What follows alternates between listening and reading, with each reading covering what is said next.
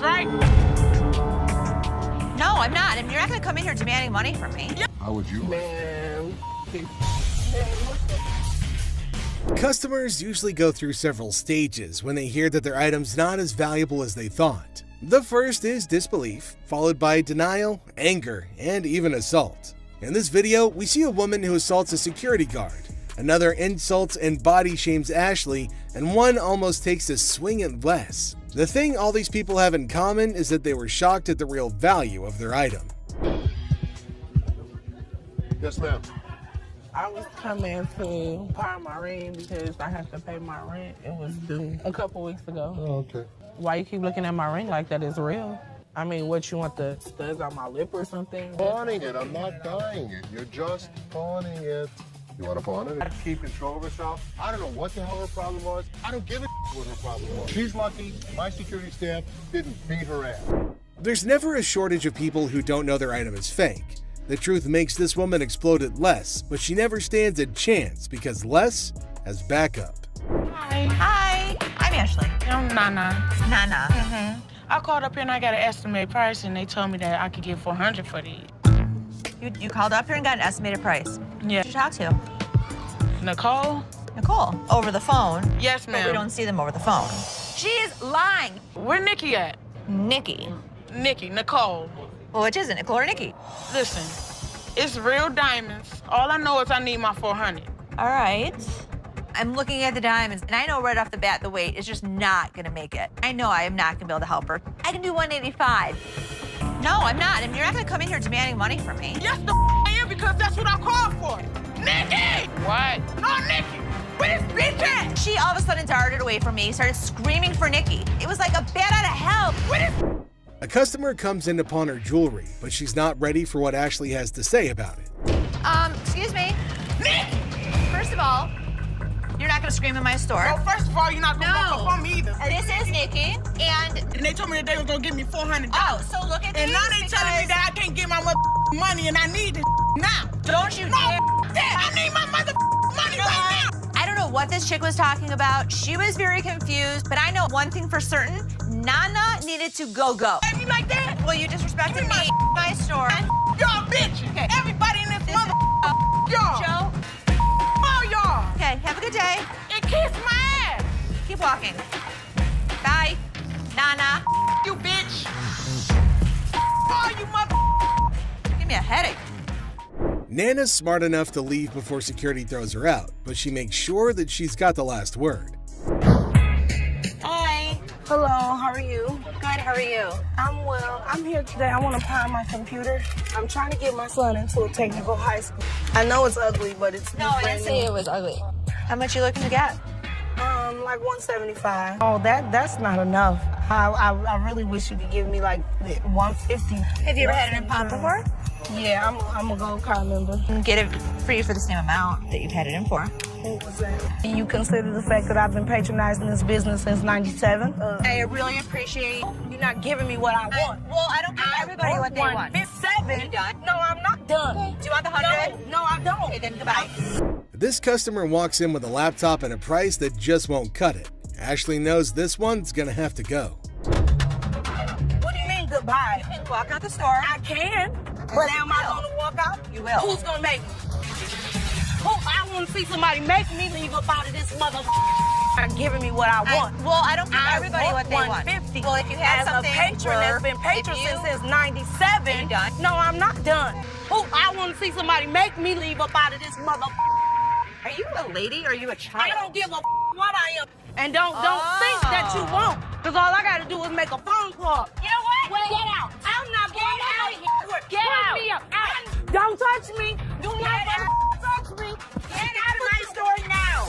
I've been patronizing this business since '97. You have an English degree, right? No, I don't. Y'all. Despite Ashley's efforts to help her, the woman goes ballistic. Felix, the security guard, escorts the woman out, but she doesn't go quietly. I was coming in to try and get like $1,500 for this. Okay. I'm trying to get my baby daddy out of jail, and I've been really trying to work things out with us. I love him dearly. I was his first phone call, you know, so that lets me know that he loves me. Huh? No, not 50 bucks. I want 1,500 I'm sorry, for I these. can't help you with that. I said I don't care what you said. I want 1,500. I'm not giving you $1,500. 1,500. I am not giving you. To get my man out, okay?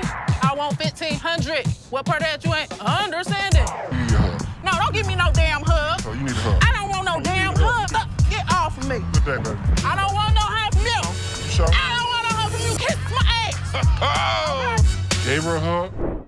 The woman comes in to trade baseball cards. However, the only thing she manages to do was initiate a shouting match with Ashley. This one is put out the door fast. Look at her watch. Absolutely. Is that a ladybug? It is. Yeah, that looks kind of nice. Full cut stones. Give me a second. Okay. Mother of pearl dial, like I said. Man, same old, same old. What's going on? Excuse me? Don't you get paid by the hour? Trying to rush people? I'm not trying to rush You you. are trying to rush me. Get the watch back out. Don't try to play me. Seth and this customer can't seem to get anywhere in this transaction because she's texting. No, I'm not You laughing. laughing? You laughing? What's funny? Are you mental? Menthol? Mental. Oh. Do you see this phone? Do you see me texting? I can slow down. Yeah, please slow down. I am texting at me like I'm crazy. What is crazy to you? I ain't crazy. Yeah. I'm a VIP. You better recognize. Have a good day, man. You have a good day. Byron, Who owns it's time this for her to place? go. I'm trying to buy a watch. Don't be pushing me flipping and flopping. Please. Pay attention. Because I ain't got time for this. You know what? She got outside, it's like a damn transformer. Wig flew off. She saw the Darn King starter kit. It was terrible. Don't forget about your wig. Have a good day. Leave me alone. The woman gets worked up about her texting. This leaves Seth no choice but to send the woman off the premises. All right, I'm gonna redeem this. Okay, actually, this was pulled. Pardon me? It was due on the 2nd.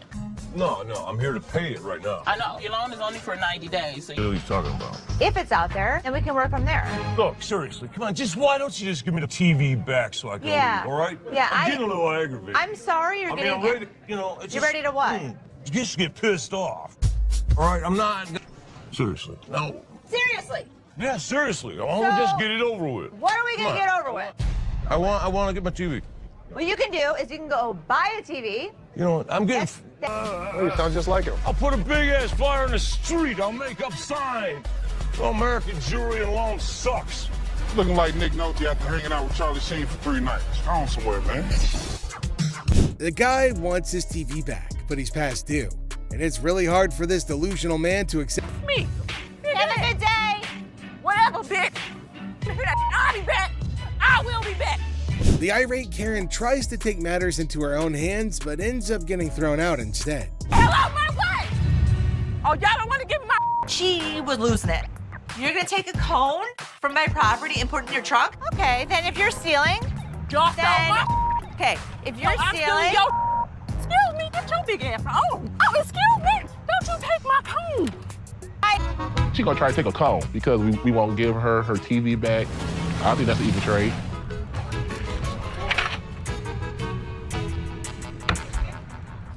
It doesn't end there though. The woman tried to take a cone since she couldn't get the TV.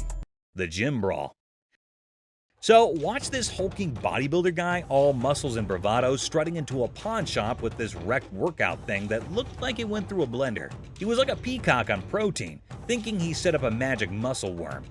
The shopkeeper, a guy with a face as serious as a freshly waxed dumbbell, raised an eyebrow at the smashed up widget on the counter. Hey man, I need to talk to somebody about this.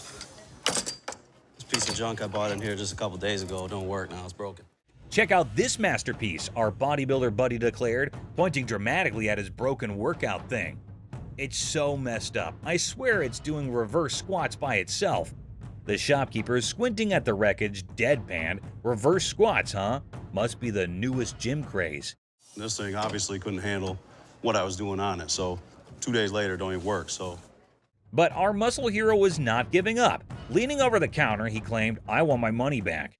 How about you just get my money, and then we won't have any more problems with this, but I need my money back. This thing's more of a comedy show than a workout. The shopkeeper, trying not to crack a smile, said, "Well, it's a one-of-a-kind piece, guaranteed to break the ice at any gym." Or what? Or what? There's gonna be a problem. How about what that? kind of problem is there going to be? Oh no, that's like a WWE scene. Our bodybuilder flexed his words and shoved the shopkeeper.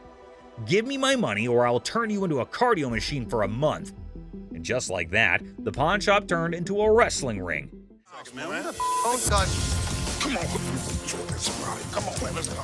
The shopkeeper, unexpectedly nimble, fought back and chaos replaced. It was like two sumo wrestlers battling for the last protein bar. Trying to play hero, two guards materialized out of thin air. They grabbed our bodybuilder and his busted gear, dragging them out.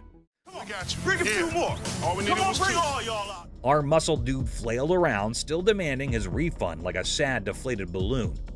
The pawn shop went back to normal. That's it, my man. Bring a few more. There's your machine, buddy. The art of negotiation. So let's see this guy walking into a pawn shop, allowing him to be the next big art dealer with a painting put away under his arm. He's giving off major, "I'm gonna hit the jackpot" vibes. The shopkeeper, with a sneaky grace of a cat burglar, checks out the painting like it's the Mona Lisa 2.0. Our confident guy also spins this wild tale about how the painting formerly belonged to Napoleon's pet goldfish, or some other crazy story. So what you got? I've got a painting from Peter Max. An original painting? Well, I got into a silent auction. The shopkeeper, poker-faced like a pro, goes, intriguing.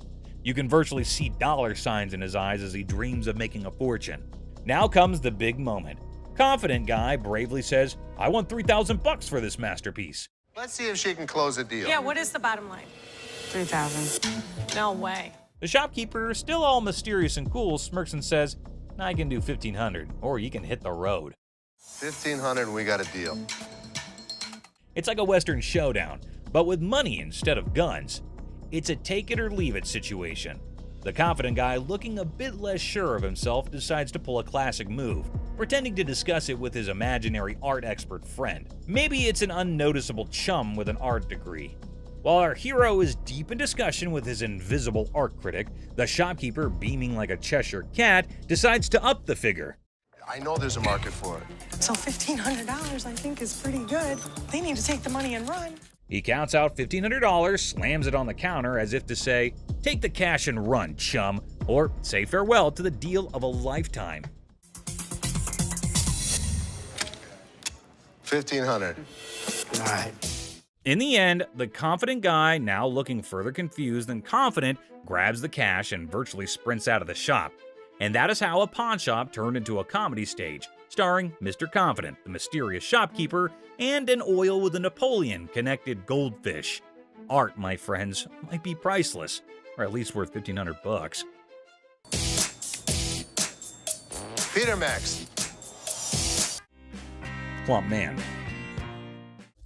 In Hardcore Pawn, Les Gold faces off with a cheerful, plump customer aiming to sell a watch for his wife's anniversary. Les, ever witty, discovers it's their anniversary too. The old man deadpans 25 years, prompting Les to hilariously inquire, "How many happy years, man?" Laughter ensues in this pawn shop comedy. Too bad the shopkeeper shuts it down quicker than a bad punchline, not willing to spend a dime on what he thinks is a phony watch. Talk about a comedy of errors in the pawn shop. It's fake. I'm not interested in it. Let me see what you got in watches and take. Now, brace yourself for the ultimate comedy meltdown. Our plum seller cranks up the chaos meter, throwing wild threats about the shopkeeper's wife and claiming he's seen her somewhere. You're married, right? I am. This triggers the shopkeeper, turning the whole scene into a chaotic carnival. There's two things you don't talk about. What's that? My wife and my family. In the blink of an eye, security guards swoop in, snatch our hefty hero, and give him the grand exit, escorting him out like the star of an unexpected sitcom. Guess what? Our main guy, kicked out of the shop like a party crasher, hits the street with a style only he can pull off. It's like a comedy buffet that'll have you grinning like you just discovered the ultimate joke. Get ready for hilarious adventure. Need help? Video, there's this super hyper dude who charges into a shop, making a fuss like it's the biggest emergency. And get this, he decides a random table is his new chill zone. No rules, no worries, just pure wackiness. Get ready to laugh your socks off. Get a load of this to hit the road. But guess what? He's on a whole different planet. Watches. Get ready to giggle. So there's this new lady in the shop who's decided to be a rebel. She goes all sneaky and puts the shop's watches up for sale online without telling, confidently struts away, leaving the staff scratching their heads like, did that just happen? It's a hilarious roller coaster and you won't stop laughing. You weren't as big of a bitch. I was wrong. Excuse me? Get the out of here. Get set to lol. This funny video is like a crazy ride with surprises, silliness, and a hint of madness that'll have you laughing without a pause. The twists and turns make it a hilarious and chaotic experience for anyone lucky enough to catch the shop's wild antics. Brace yourself for a good laugh as you watch the madness unfold in the side-splitting comedy script style video. What did she say? That I am the bitch. Get the out of here. Penny pincher. Get ready to chuckle. This hilarious video is all about a super energetic girl trying to convince her super penny pincher dad to hire more security for their shop. She's all passionate like, "Dad, we need extra protection." But oh boy, her dad's like, "Nah, that's just throwing money away." Adding an extra night security guard is an expense we don't need. Dad, I just don't understand. The funniest part? When the argument gets so wild, the girl pretends to be super angry and storms out of the room. It's silly, it's amusing, and you'll be laughing your socks off at their crazy fight. Every single time I have an idea and I bring it to your attention, he then has to walk in. Hold on to your funny bone. This comedy video is pure chaos when the staff walks out, and surprise, the roof is missing. Peeled the roof off? Yeah, they peeled the roof. Yep, someone peeled it away like a giant banana.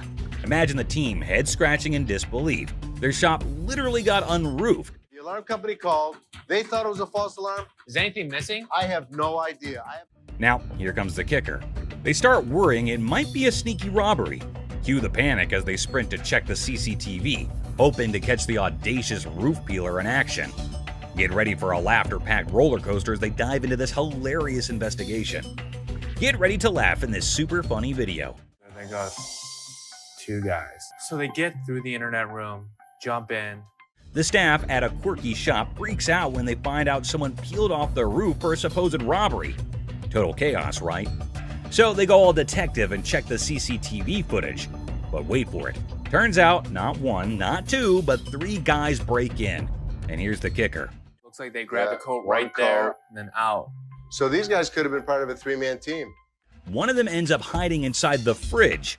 It's like a comedy show gone wild, leaving the staff scratching their heads and everyone else in stitches. You won't believe the crazy twist in this comical caper. We got broken into last night. Took it for a coat and ran out. I told you that security should have been here at night. Stolen microphone. The seller, baffled, asks when they were taken off the rack. It's a funny scene of concert chaos turned into a pawn shop jackpot, where microphones become rock star souvenirs, and the friend is the accidental hero of the day. Microphones I picked up from a concert last night. The person insists the microphones were flung into the concert crowd, a spontaneous catch. The seller, eyebrows raised, gets an unexpected call from American Jewelry about missing microphones. It's a classic mix-up where concert souvenirs turn into an unintentional pawn shop investigation, leaving everyone wondering how the microphones took an unexpected detour. I'm from American Jewelry. I have a gentleman down here. A mad girlfriend. Welcome to the whirlwind of pawn shop hilarity. Our unsuspecting star walks in aiming for a ring appraisal and potential pawn deal. Little did they know they were about to join the ranks of pawn shop legends in a tale of marital madness.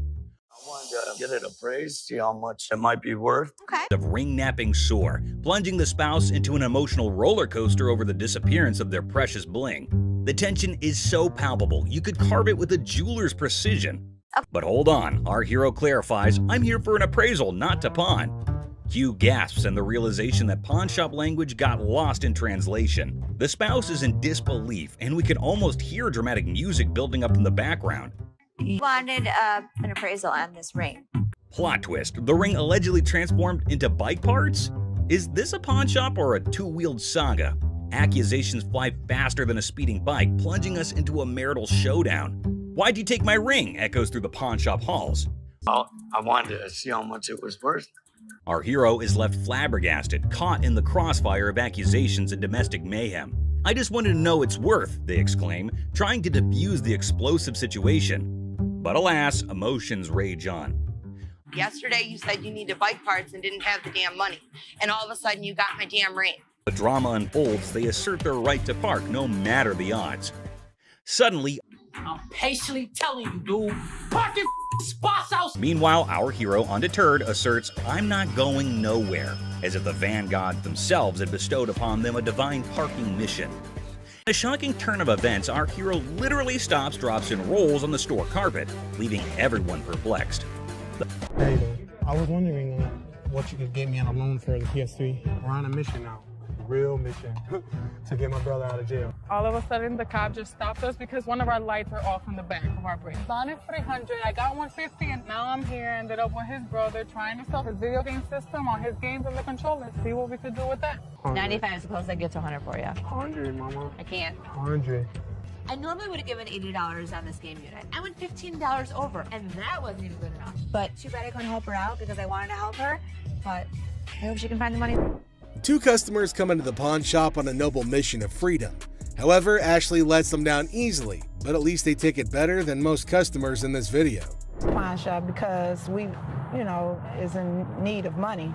And we're trying to pawn this VCR and this TV. Okay, will you put it on there like that? And you wouldn't.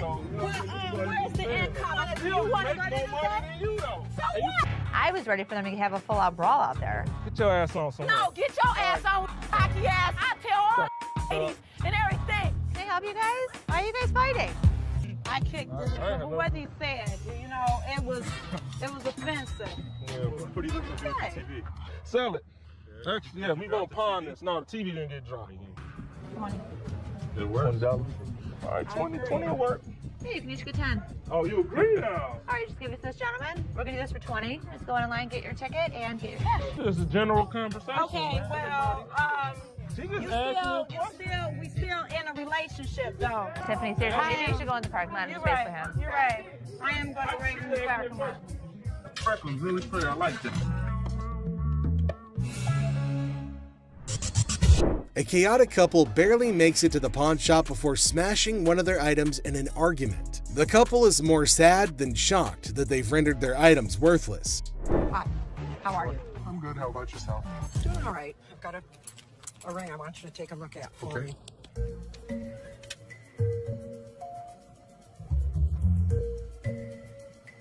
You know what it is?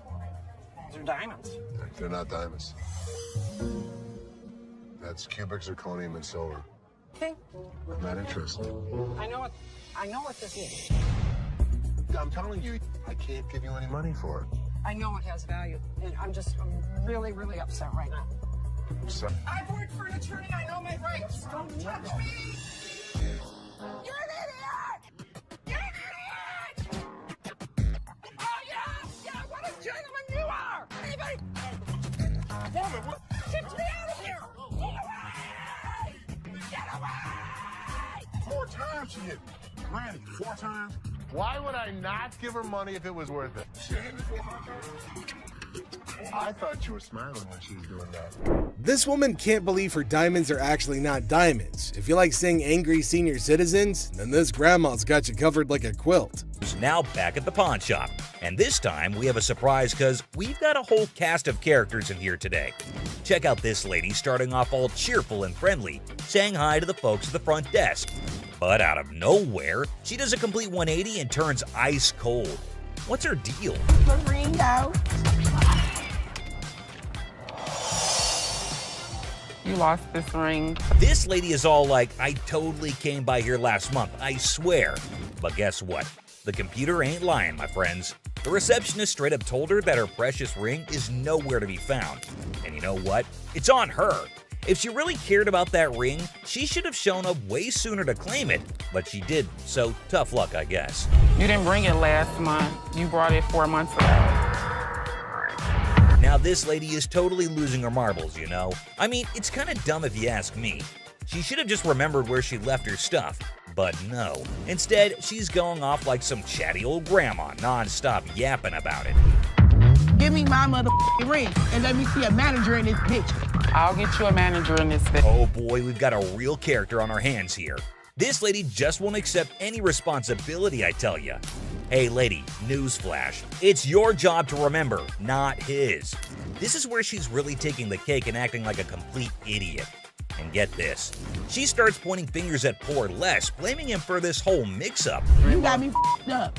Well, no, you got yourself up. No, you got. Can you believe it? I mean, come on, lady. It's clearly your fault, not his. Thank goodness for that bodyguard who swiftly stepped in and removed her from the scene. I gotta say, it's giving me secondhand embarrassment. Just look at the unending drama. Sorry that your grandma's ring exceeded its time limit. You made the mistake and did. But what we've got next will blow your mind. So it's just another day dealing with annoyed customers. This lady was supposedly waiting for 2 hours, or so she said. But man, isn't she a little too aggressive? Oh, you gonna ignore me? Can I get some help? Now Ashley jumps in to handle the situation, but this lady won't even let Ashley speak for a single minute. Such a big mouth. You need some better help up in here. I've been standing here going on almost 2 hours. This lady just won't quit shouting, and to be honest, Ashley is so done with it. But you won't believe what this customer does next. It's seriously shocking. Because he told me. Excuse me. Seriously, what kind of lady does that? I get that she's mad, but why resort to getting physical when the manager is talking calmly too? Well, Les totally turned her down because it's just not worth that much. And this lady couldn't handle it, I suppose. You won't believe what she does next. Seriously shocking stuff. This customer walks in claiming she's here to get back the stuff she pawned off. But guess what? Buy. Not pawn. They were buy. Turns out she didn't pawn anything. She straight up sold it off. Man, this lady is clueless. She doesn't have her ticket and she expects someone to help her out? Seth tries to intervene, but it's pointless because this woman just can't grasp the fact that without the ticket, there's nothing anyone can do. If you bring me the ticket, I'd be more than happy to take care of it for you. I need my. Show me the ticket. I don't have my ticket. Now she's all paranoid, thinking people are trying to deceive her, and she's planning to take matters into her own hands. Uh-oh, that can't end well. At this point, it's best to just walk away, lady. Phone call. I'll be up here to handle y'all, mother. Who you having? This lady is refusing to leave until her brother shows up to give the pawn shop owners a beating. How messed up is that? Seriously, this woman needs to just shut up. Better be ready. For what? Because my brother's gonna come up here and to do what? Thing, you're a thief. I mean, look up in the dictionary, that's what it means. Bad parenting. The pawn shop door swings open, and a furious mother charges in like a bull in a china shop, demanding to know if her daughter sold her precious ring here. How you gonna sit here and tell me? You told me you brought it here, right? Yeah. It best be here. I don't have it. Now what we gonna do? There's nothing what I can do. What the hell we gonna do? Because I need my Nothing I can do. Don't belong to my mother. I want my ring. Yeah, not a good impression anyway. To defuse the chaos, Ashley stepped up. Let's see if it helped or not. You took your grandma's ring. Yes. And you pawned it. When? The day before yesterday. Okay, so where's your ticket? I don't have it. So let me ask you a question as a mother. Did you press charges against your daughter for being a thief? I'm not pressing no charges against my daughter. Then you can't get it back. No. Get a grip on yourself, Mommy. The woman just won't listen to anyone. Man, where do such people come from? No wonder her daughter's acting the way she is. I came in here to try to resolve the situation. But yeah, you want to figure it out. Hey, get off him. You better figure out some way to get your mom's ring back. Watch when I get your ass home. Now see, now you got labeled as a thief. Harley Davidson. You got any paperwork I can see on it, or? Yeah, I got the title, but can we negotiate first or something? I mean. Now, Corey's a seasoned pawnbroker, and his spidey senses tingled the moment the seller mentioned paperwork later. It wasn't the gleaming Harley Davidson that raised an eyebrow. It was the seller's insistence on negotiation first, documents on hold. See, Corey's dealt with his fair share of shady characters, and a bike like this beauty attracts all sorts. So with a polite but firm smile, Corey politely pushed back. Paperwork, he said, before we talk about the price. Standard procedure. You got any paperwork I can see on it, or? Yeah, I got the title, but can we negotiate first? The seller's eyes flickered ever so slightly, and that was all Corey needed. Something wasn't kosher here. Now, Corey isn't just sharp, he's thorough. Those papers, discrepancies galore. Dates that didn't line up, VIN numbers singing a different tune. So Corey did what any responsible pawnbroker would do. He plugged those details into the good old computer system. What he found sent chills down his spine. Corey knew right then this wasn't just a sale. It was a potential police sting waiting to happen. Sure, the Harley was a head-turner, a chrome-plated masterpiece that could make angels weep. But for Corey, business wasn't about shiny toys. It was about integrity, about doing the right thing. And the right thing in this case meant making sure this beauty wasn't a stolen dream, someone else's heartache wrapped in leather and chrome. So, with a heavy heart and a clear conscience, Corey had to do what he had to do. Walk away from the deal, even if it meant letting that Harley roar out of his life and into the unknown. iPhone. I just got this phone that I bought here like 2-3 days ago, and this don't work. The bell above the pawn shop door jangled, and in walked a man clutching a sleek black phone. He announced, smooth as silk, that this beauty was a recent purchase, now sadly broken. The camera don't work. It keeps freezing and like that. He claims that it's just too irritating to use because the phone freezes frequently and the camera doesn't function. Did you download a camera function? No, it clearly got a camera. Why would I have to download it? When it was questioned if he had downloaded the camera feature, he became very irate. If he's telling the truth, then why does this inspection set him off? And why was he even being questioned about getting the download? That isn't how it operates in any case. You got your receipt? No, I ain't got it with me. I ain't bring it. First of all, we don't sell it. We can decide right now whether the client is attempting to misdirect. Rich, the seasoned pawnbroker behind the counter, felt it too. That intuition honed by years of dealing with all sorts, that sixth sense for trouble, it was screaming at him. This wasn't just a customer with a broken phone. It was a game, a play in progress. As soon as you give me that receipt, I can see what I can do for you. I don't have my receipt. I just clearly told you that, man. Clearly, you told me that. So Clearly, I have you need to tell to either you fix this that or... without the receipt, there's nothing I can do for you. Rich yells, "Are you messing with me, man?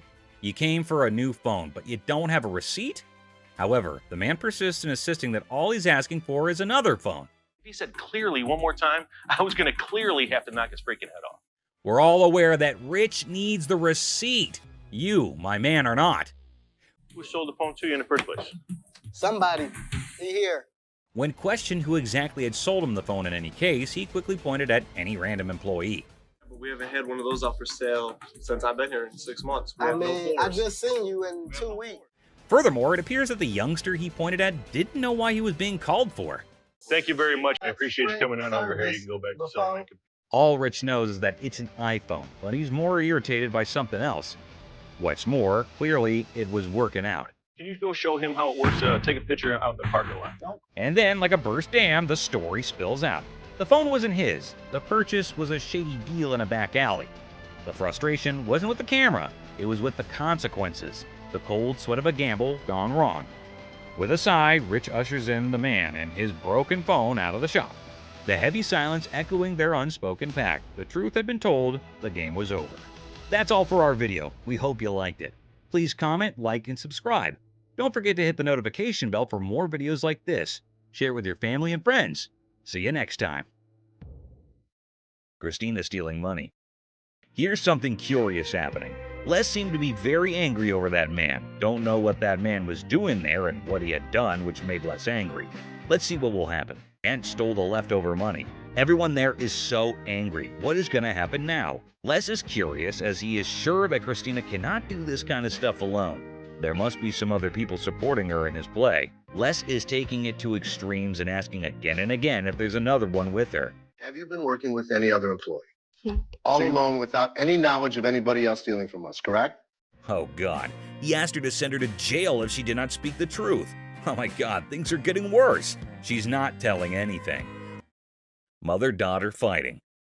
So there's a woman coming with her daughter. She showed some pieces of bottle and a collection of stamps. According to her, it is worthy, but actually it is not. Les asked her that it is not that worthy.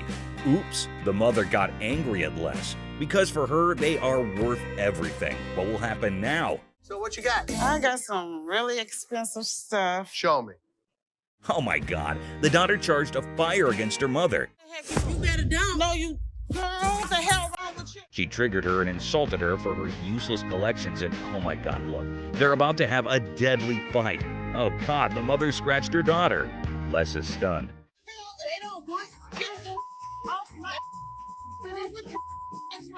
The mother and daughter are having extreme fighting conditions. Everyone around is watching them. Les is stunned and did not have any idea that this would happen, or it might be very casual to them.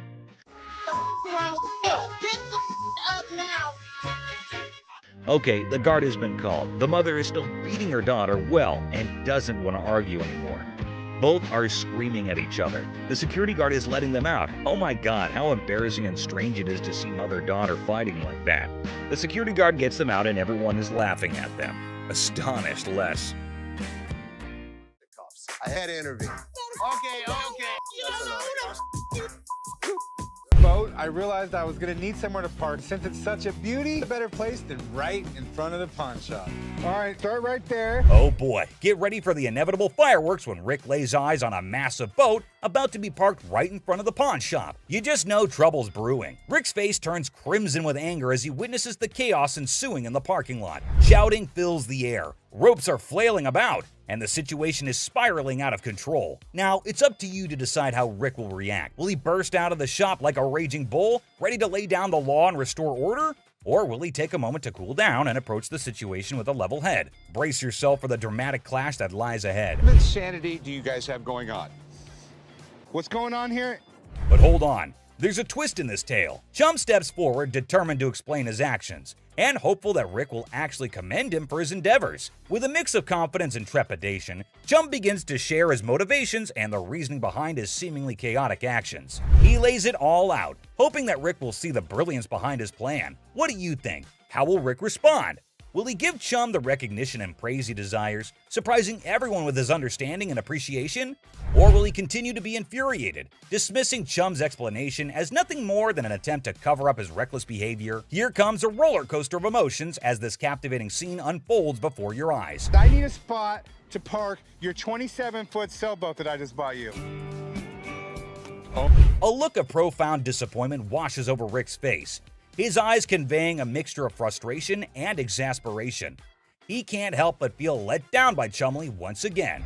With a raised voice, Rick unleashes his discontent, emphasizing the absurdity of the low price Chumlee has set for the boat. In a biting remark, Rick suggests that if the boat is being sold at such a bargain, one can only imagine the true condition and quality of the vessel. He acknowledges the undeniable truth that a good boat worth its weight in value would never be sold at such a low cost. The disappointment in Rick's voice is palpable as he grapples with the reality of the situation and his frustration with Chumlee's decision-making. It's a moment that highlights the clash of expectations and the unrelenting nature of their dynamic. Poor Corey gets dragged into it for no apparent reason. Supposed to be a manager. You handle this. We're not going to have a boat in the parking lot. Put the boat somewhere. And where I'd like you to put it, I really can't say. Poor Chum, yet again, not appreciated for any efforts. As if the mounting list of Chum's blunders wasn't already enough to incite Rick's fury, an air of suspense fills the room as Chum finds himself teetering on the precipice of yet another foolish choice. Tension crackles in the atmosphere as we hold our breath, waiting to see if Chum will repeat his pattern of misguided decisions. The weight of anticipation hangs heavy, like a dark cloud looming overhead. In the midst of this suspenseful moment, Rick's anger simmers beneath the surface, ready to erupt like a volcano. The stakes are high, and the consequences of Chum's potential misstep could be dire. Prepare to have your mind blown. Have you ever heard of a street-legal pirate ship? No worries if you haven't, because it was a revelation for me too. Picture this: a captivating vessel that sails through the streets instead of the high seas. This audacious individual is actually selling a pirate ship that doesn't navigate water, but instead driven around during parades and events. The sheer novelty of this concept is enough to make your jaw drop. Can you imagine the spectacle of a fully decked out pirate ship roaming the streets, spreading swashbuckling cheer and captivating onlookers? It's an unconventional twist on the nautical adventure, where imagination takes flight on wheels instead of waves. A fascinating change that challenges traditional boundaries and sparks the imaginations of all who encounter it. For a ship, you can actually drive 60 miles an hour on the highway. This is awesome. In a moment of anticipation, Chum captures a picture of the pirate ship and eagerly sends it to Rick, seeking his seal of approval. It's no secret that Chumlee's heart is set on acquiring this extraordinary vessel. However, Rick's response reveals a familiar pattern. He doesn't always share Chum's level of enthusiasm. Despite Chumlee's unwavering excitement, Rick's support wavers, casting a shadow of doubt over Chum's aspirations. Nevertheless, amidst the uncertainty, Chumlee embarks on an unforgettable adventure on the ship, immersing himself in a world of whimsy and joy. The pirate ship becomes a catalyst for moments of pure bliss as Chumlee discovers a sense of freedom and exhilaration that he has never experienced before. It's a testament to the power of chasing dreams, even in the face of skepticism. Join Chumlee as he embraces the sheer thrill of sailing on that ship, creating memories that will last a lifetime. If I can make a deal, Rick will think I'm the man. As the wind tousled Chumlee's hair and the weather played its part, a symphony of elements converged to enhance his adoration for the float even further. Each gust of wind whispered its approval as if urging him to embrace the exhilaration that danced in the air. The perfect weather conditions seemed to align, creating an enchanting atmosphere that heightened his connection with the pirate ship. With every passing moment, Chumlee's affection for the vessel grew as if it were infused with magical essence. In the midst of it all, Chumlee savored the joy and freedom that enveloped him, cherishing the sensation of pure bliss as he sailed through the streets on the ship that had captured his heart. As Chumlee eagerly awaits Rick's response, hoping for validation and support, his heart sinks when he reads the crushing words that appear on his screen. Rick's text delivers a blow that pierces Chumlee's enthusiasm, leaving his spirit wounded and his dreams deflated. The message, like a dagger to the heart, shatters the joy and optimism Chumlee had been clinging to. The heartbreaking reality sets in as he realizes that Rick's words don't align with his own deep-rooted passion for the pirate ship. It's a moment of profound disappointment as Chumlee grapples with the stark contrast between his own excitement and Rick's lack of endorsement. Emotions swirl within him, hurt, confusion, and a tinge of resentment. I'm sure he's not going to buy it. He doesn't have any money on him.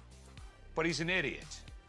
Amidst the tangled web of desires and concerns, Corey possesses a keen understanding of Chumlee's nature. He recognizes that once the request to abstain is made, Chumlee is unlikely to proceed with the purchase. In this aspect, Rick's fears find resonance in Corey's assessment. The rational part of their minds acknowledges the validity of Rick's concerns. Even if Chumlee were to succumb to impulsive desires and make a foolish decision, the stark truth remains. The price of the pirate ship far surpasses his financial means. It looms above his allowance like an insurmountable hurdle, a barrier that cannot be breached without dire consequences. The clash between longing and practicality creates a dilemma that Chumlee must confront head-on. Will he heed the warnings and let go of the unattainable dream? Or will he risk it all in pursuit of his heart's desire? The outcome hangs precariously in the balance, as Chumlee grapples with the weight of responsibility and the allure of the forbidden. This next guy brought in something, and you won't believe what it is. You want $9.50? This guy walked in all eager to sell something big, and boy did he deliver. When he unveiled the item, everyone's jaws hit the floor. Well, I hear you guys buy silver. We do. That's the Silver Surfer. I'm talking about a life-size Silver Surfer from the Fantastic Four. Can you believe it? This thing is massive and made entirely of silver. It's a sight to behold. Now, let me fill you in on the backstory. This customer explains that this Silver Surfer was actually a display piece for the movie Fantastic Four: Rise of the Silver Surfer. They made a total of 1,500 of these bad boys. Can you imagine? But here's the kicker. Is it actually silver? This is literally just a regular mannequin and plywood. The customer reveals that this is just a regular mannequin covered in a vacuum metal plastic wrap. He actually got it from a movie theater where he used to advertise. And get this, he owns his own comic book store. I advertise that, and I own a comic book store. I said, and that's how he managed to convince the set designer to let him take it home. And the next day, it was proudly displayed in his shop for the next 5 years. Talk about a cool collector's item. Now hold on to your seats, because things are about to get interesting. This guy is asking for a whopping $2,000 for the Silver Surfer. And let me tell you, he seems pretty darn adamant about it. Like, take a look at this. I want $2,000 for it. Why? Ashley, always the one to ask the tough questions, wonders why it's priced so high. The customer confidently explains that outline. It's actually valued at $3,000, and he wants a fair price for it. Oh, and here's a fun fact for you. The Silver Surfer was actually voted one of the top 50 most recognizable comic book heroes in America. Pretty cool, huh? Ashley, being the shrewd businesswoman she is, gives the customer a reality check. She offers him a lesser amount for it, stating that it's the best she can do. But the customer stands his ground and refuses to go below $1,000. That's quite a gap to bridge. To buy this from you for $500. But then in comes Seth, our resident genius manipulator. What he does next and how he convinces the customer will truly shock you.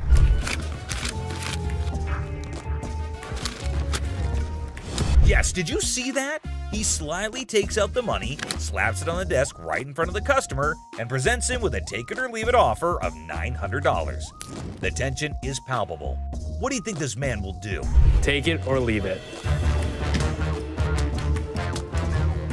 It's clear that he's holding out for a higher price. Hey, sometimes you gotta stick to your guns. Well, after giving it some serious thought, the customer ultimately did decide this. It's a pleasure. We're gonna go surfing on home. See you later. And walked away from the deal. But wait, there's more. You think Les will let him walk away like this? Les has something up his sleeve, and he does this. Where I want it. If you're gonna walk for $50, you're gonna pack it back up, you're gonna take it back.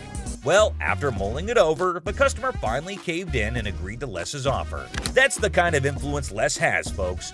Somehow, people just can't resist his charm. Now, with everyone on the same page, they can all happily move forward.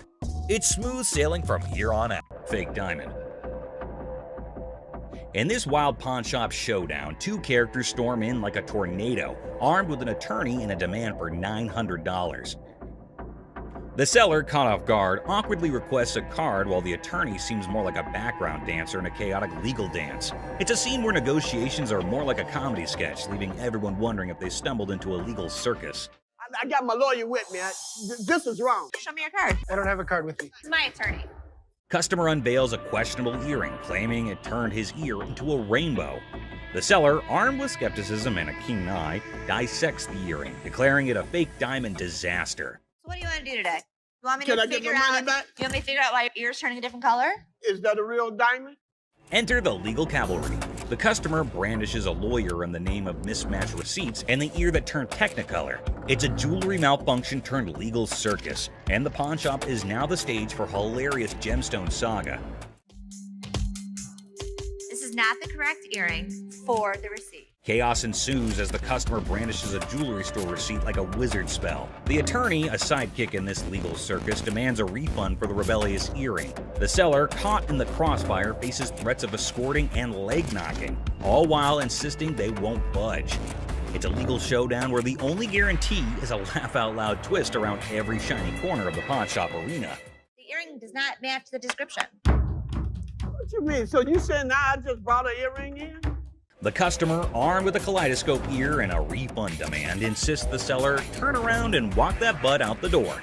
The seller, invoking a hint of pawn shop diplomacy, proposes a negotiation dance, but warns, keep your butt back there. Cue the dramatic soundtrack. Man, it's a comedy in motion. An evil woman anthem echoing through the pawn shop arena. Get out. Yeah, you know, took my money, just sold me a gold earring. Golden State Warrior ring. I just got engaged, and I heard you had a 75 Golden State Warriors ring, and I was thinking that would be perfect for my fiance. This man came into the shop to buy something, which is odd because most people come into the shop to sell something.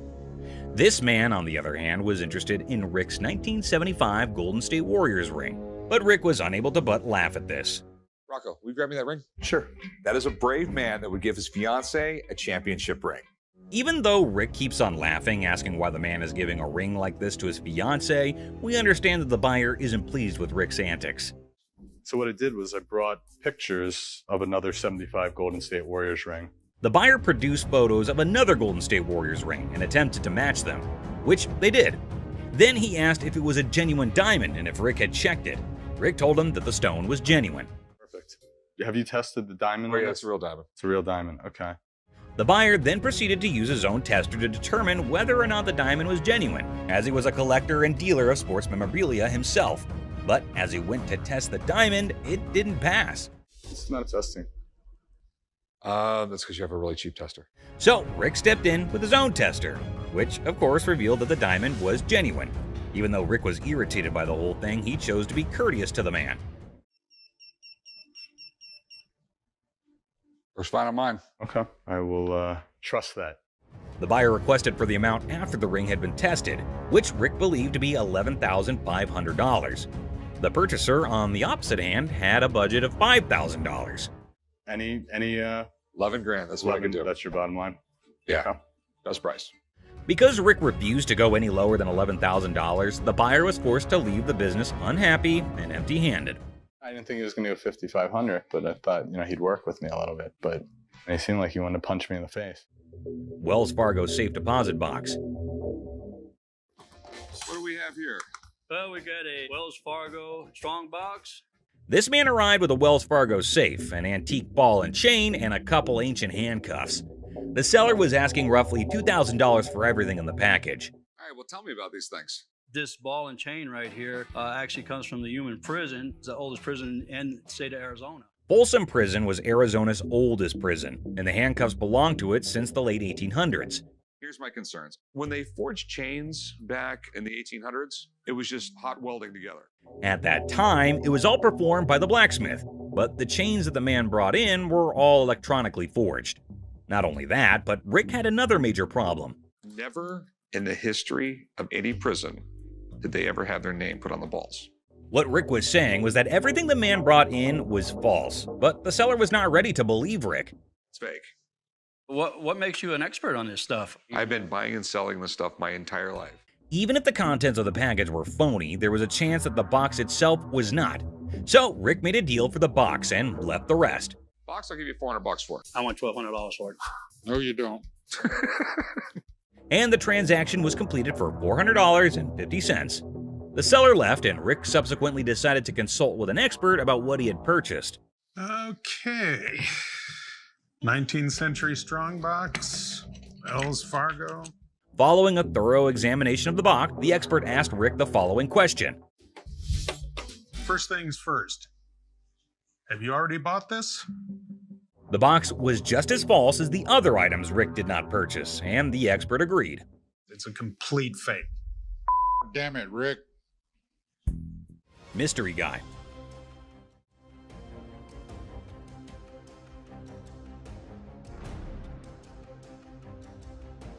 Right there. Here they come again. Hang on to your hats, folks, because we're diving into one wild tale. Picture this, a mysterious dude looking like a secret agent casually strolls into a pawn shop, acting like he owns the place. The shopkeeper, eyes wide open, can't help but stare at this walking enigma. I mean, who wouldn't? He's like a riddle on two legs. Now brace yourselves for the craziness escalates. Our mystery guy isn't flying solo. He's got not one, but two ladies in tow, a trio causing a ruckus. They swagger up to the counter, and out of nowhere, the guy dramatically declares that the ticket he's waving is faker than a rubber chicken. Everyone in the shop, imaginary files included, gasps in surprise. Her on the ring, or get the ring back. She's got a receipt. Let me explain to you. This is a counterfeit ticket. Hold on to your giggles. The shopkeeper, smelling something fishy, turns into a detective. With a sneaky grin, he tells the trio to chill and confidently says, "I'll prove it's a fake." The suspense builds as he brings out the real ticket, examining both like he's some ticket art connoisseur. This is the amount of numbers that are here. Okay. Number 2 is state law mandates. Hold on to your funny bone. The shopkeeper spots the differences quicker than yelling "fake alert" with a big old grin. He declares, "Nice try, folks, but your ticket is faker than Monopoly money." Cue the imaginary mic drop in the background. But whoa, Nelly, the trio isn't throwing in the towel just yet. They get into an energetic discussion, pointing fingers, thrashing arms, and hollering as though they're contending in a yelling challenge. It resembles something out of a sitcom, and you can't resist the urge to chuckle at the idiocy. In the grand finale, our mysterious guy and his partners in crime admit defeat. Looking a tad embarrassed and probably feeling a smidge silly, they storm out of the pawn shop. The shopkeeper, now a hero in counterfeit ticket detection, is left with a bunch of baffled onlookers. And there you have it, a hilarious adventure that's weirder than fiction and funnier than a clown on a unicycle. Comedy gold, my friends, comedy gold. How you doing? I'm good. Trying to find this here. Well, here's the twist. It's also quite common for people to claim that their jewelry is real, when in fact, it's not.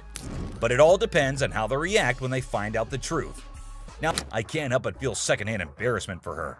It's like witnessing pure insanity. In conclusion, this woman's behavior was out of line. Let's hope she learns a lesson from this and thinks twice before causing such a scene in the Out of here! I paid like $1,000 for this ring, and you only talking about $100. Get the hell out of here! $100. Can we hurry up? Yeah, please. No. one that came in here, tried to spend my money, is what I did. You want to see crazy? I'll show you crazy. I better not see you again in my vehicle. I will hit you with my truck pile. I mean, I'm not leaving out of here till I get to stage. The big customer swings at Ashley and doesn't miss. A man flips out about his missing game system. The customer starts to throw stuff when told no.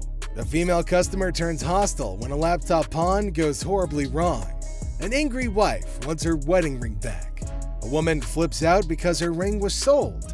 A customer tries to eat her cake and have it too. Some customers are just out there. So today, we're gonna look at some of the crudest customers ever to come to the store.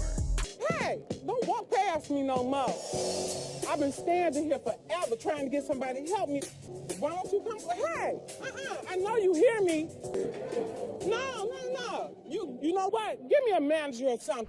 A customer isn't happy with the services and is more than happy to trumpet her grievances. Hi, you a manager? Hi, I'm Ashley. You need some better help up in here. I've been standing here going on almost 2 hours. And here it is, ain't no point to it. Screaming really loud. So let me see your receipt. Here's my receipt. Look. Because Excuse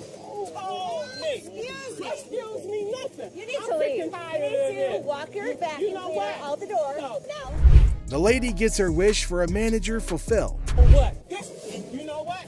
Don't try to walk me off. What? Yeah, I ain't one to look. This lady was a hot ball of a mess. Funky stuff. Dang on place. Just I'm the good witch. Y'all about to see the bad witch. This is against not only store policy, but also the law, and Ashley sends the woman home the same way she came in, angry. I want my. I paid for my to get back. Not nobody else. I don't want nobody. I want my. The problem is we still haven't found it. Let me be honest with you. We don't have it in the store right now. How is it not in the store? I don't have the faintest idea. Apparently, he's not very happy with the gaming. Give him my money back. So let's come over here. Let's write him up. Come right over here and we'll take care of you. The customer has had his item in pawn, but it's gone when he tries redeeming it. You ain't even trying to. The worst thing. What does the community have to do with you? Because I did something for you. Stop yelling at me. Stupid. Get your hands off. Get my. Don't be stupid. So what does that mean? It means what I said. You a man, I'm a man. Don't be stupid. You a man, you don't be stupid. I don't give a. No, he's just being an ass about it. Him. You. When Les intervenes, things seem to settle down, but the customer gets way too comfortable. Now, sir, calm down.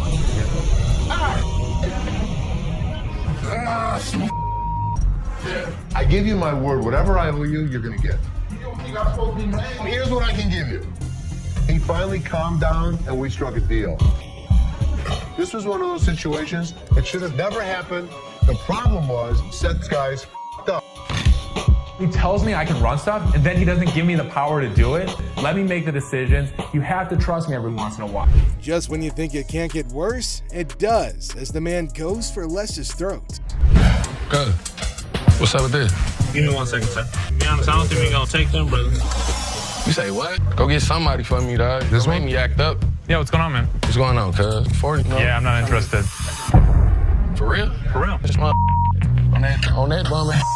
Listen, don't be throwing the at me. You understand? You understand? There's no shortage of entitled customers who come into the store, and this next one easily fits the bill. I mean, what's up with that? Nothing. I'm just calling you a scene, so. Y'all about to rush me or something? Here's a guy yelling at the front. What's up with that? On that bum. Listen, don't be throwing the at me. You understand? You understand? Trying to gang. You understand that, dog? Trying to gang up. You understand that, dog? Gang up. Don't ever throw. Take your hands off my mother.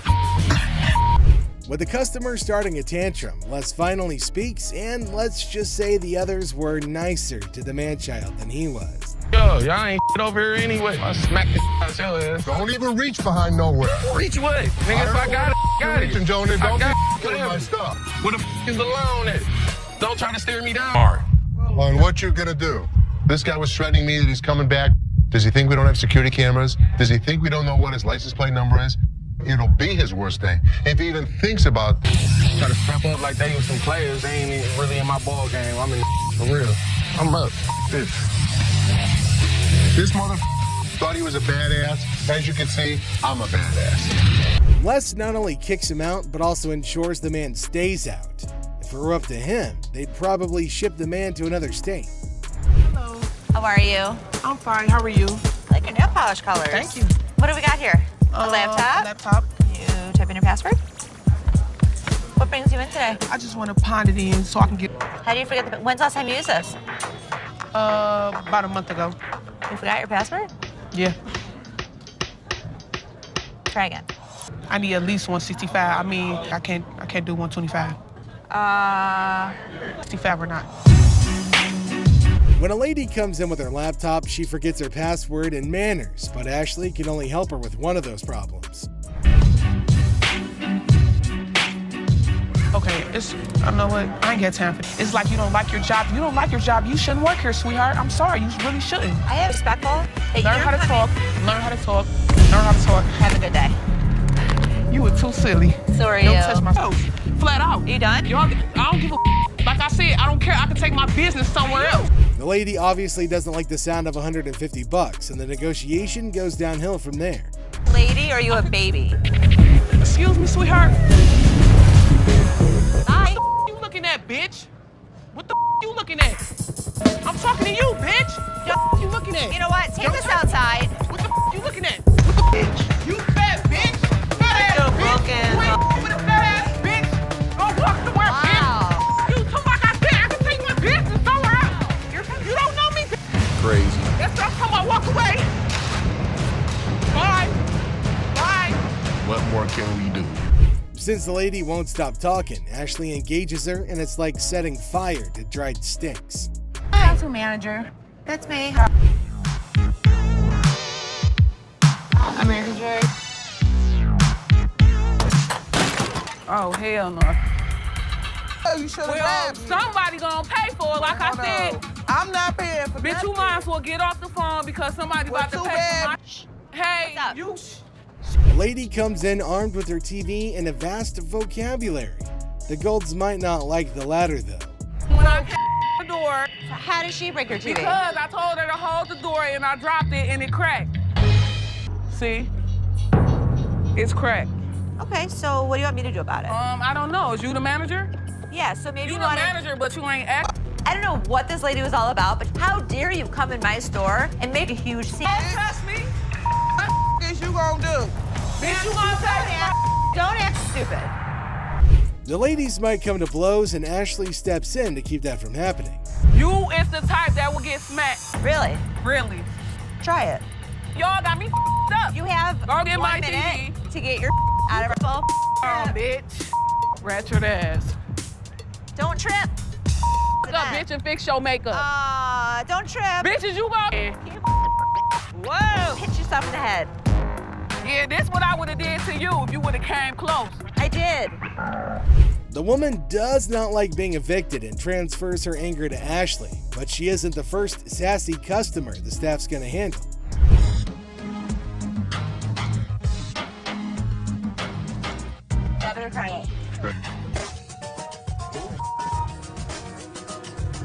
I knew it. Self-system is making everything slower at the front. Like, is nobody realizing this except for me? Free loan line. So I can't get your TV through my little tray here. Well, I don't have the time to wait in that line. I've got to get out of here. I've got things to do.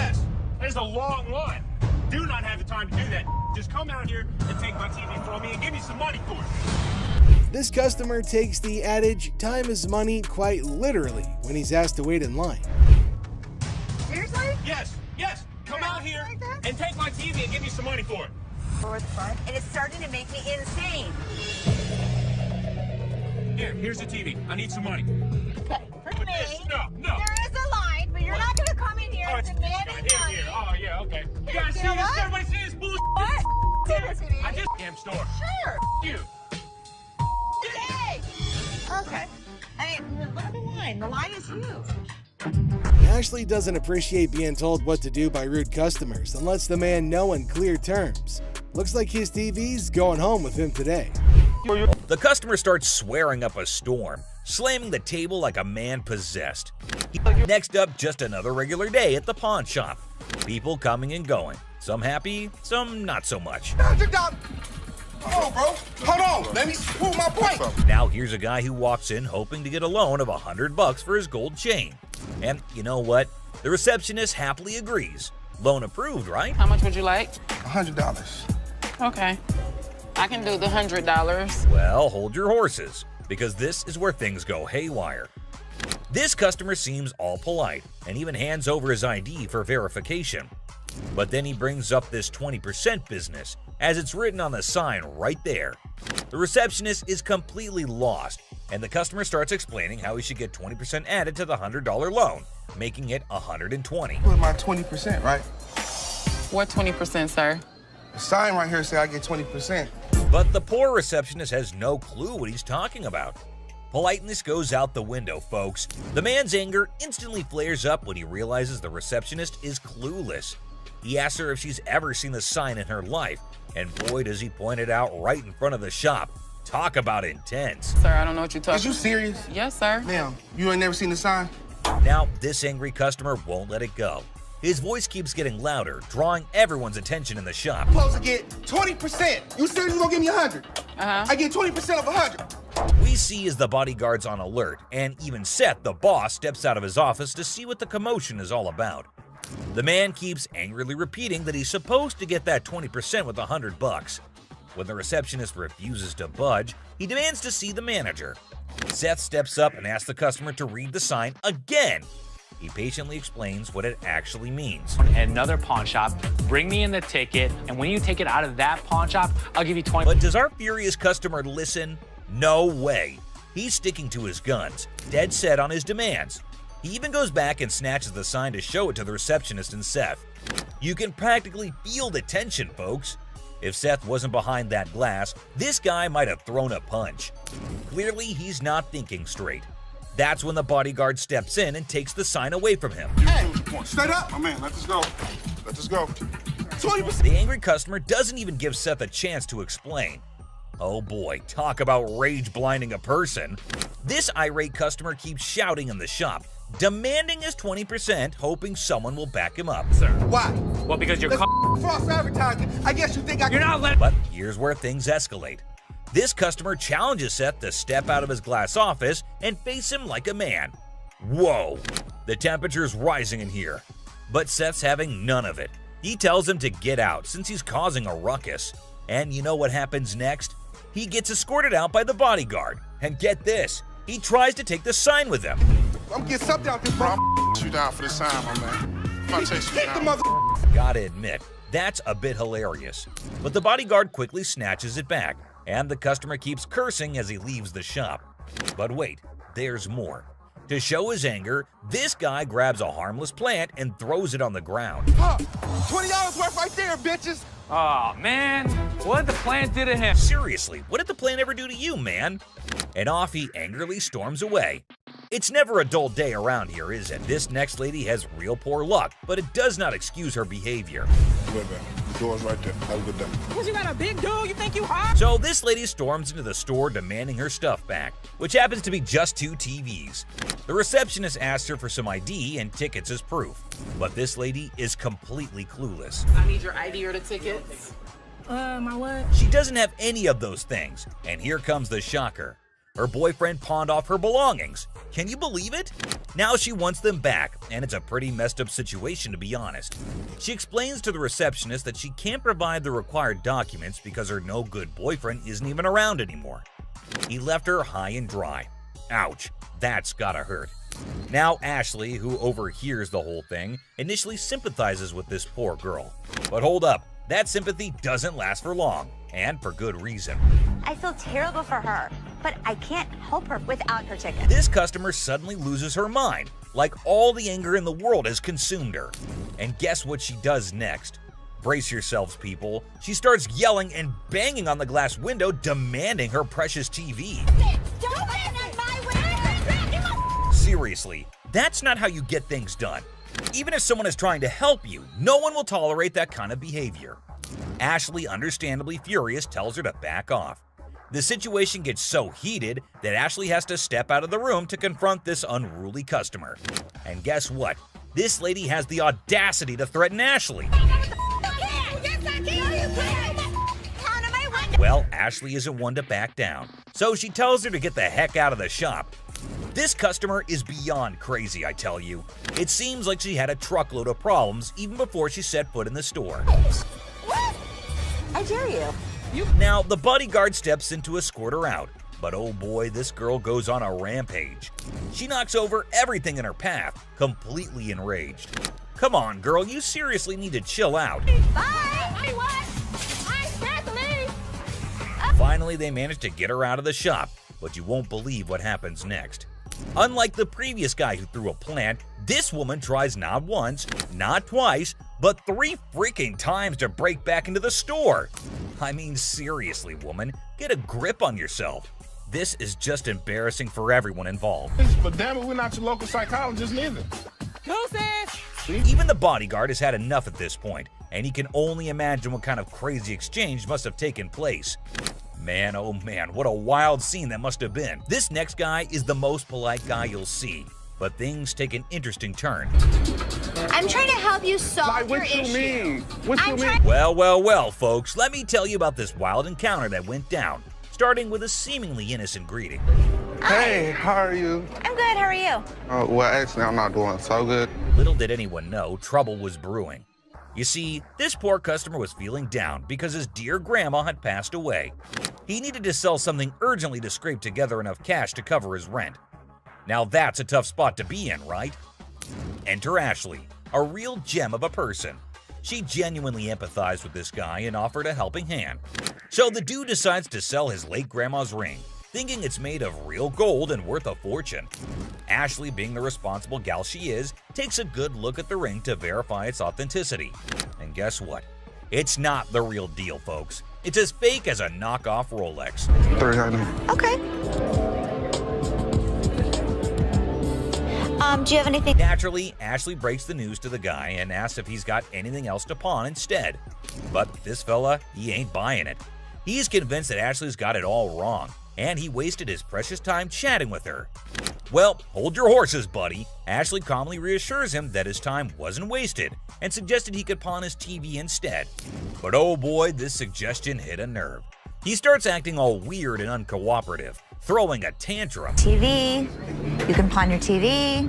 What the f*** I look like? Now, here's where things get intense. Ashley's just trying her darn best to help this guy out, but he's not having it. He demands his ring back and starts searching for someone else to deal with. I'm trying to do whatever I can to help him. This not making no sense. And when Ashley tries to explain that she's simply doing her job to lend a hand, it's like a switch flip inside this guy's head. He goes ballistic, questioning Ashley's every move and acting all erratic. It's honestly a bit scary, folks. Believe it or not, this fella has the audacity to tell Ashley to lower her voice, even though he's the one causing all the ruckus. Talk about pushing boundaries. He even has the nerve to put his hand on her face trying to belittle her. And get this, he's not even listening. Lower your voice. Don't Lower your tell voice. me Lower what your to do. voice. Don't Lower your push your- voice. He's busy with his threats, making Ashley's job even harder. But our girl Ashley, bless her heart, stands her ground like a champ. But wait for it, folks. Here comes the jaw-dropping twist. Out of nowhere, a hero emerges. My face. Lower your Don't voice. put your You got finger me. in No, you got me. Bam! This mysterious stranger slams our angry customer to the ground, WWE style. Can you believe it? And that's not all, folks. This hero then grabs the unruly fella and drags him out of the place. Because guess what? The dude still won't quit. On the ground. On the ground. On the ground, mother. He keeps up with his nonsense, making threats and vowing to return for more. Seriously, what on earth did Ashley ever do to deserve this kind of treatment? It's downright mind-boggling, folks. How you doing? I'm good. Trying to find this here.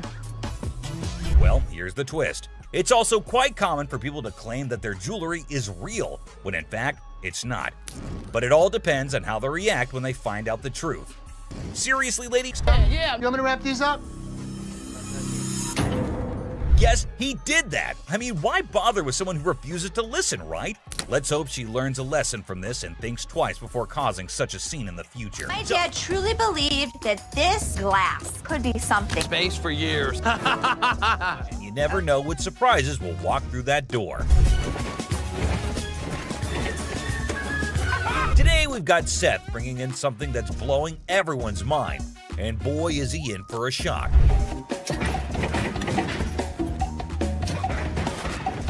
Our friend Penny rolls in with a rare 83 T-top Cutlass, lowrider frames, and a fully customized beauty. Whoa, whoa, whoa! This is the stuff dreams are made of. These babies are like finding a needle in a haystack these days, and you can see Seth's eyes light up with excitement. Easy there, Seth, don't get too carried away. We see all types of old cars come through the store. Does it do the four-wheel hop? It could if you wanted it to. This amazing car is decked out with 4 switches and can hop up to 72 inches in the front. And guess what? If you're up for it, it can even do a 4-wheel hop.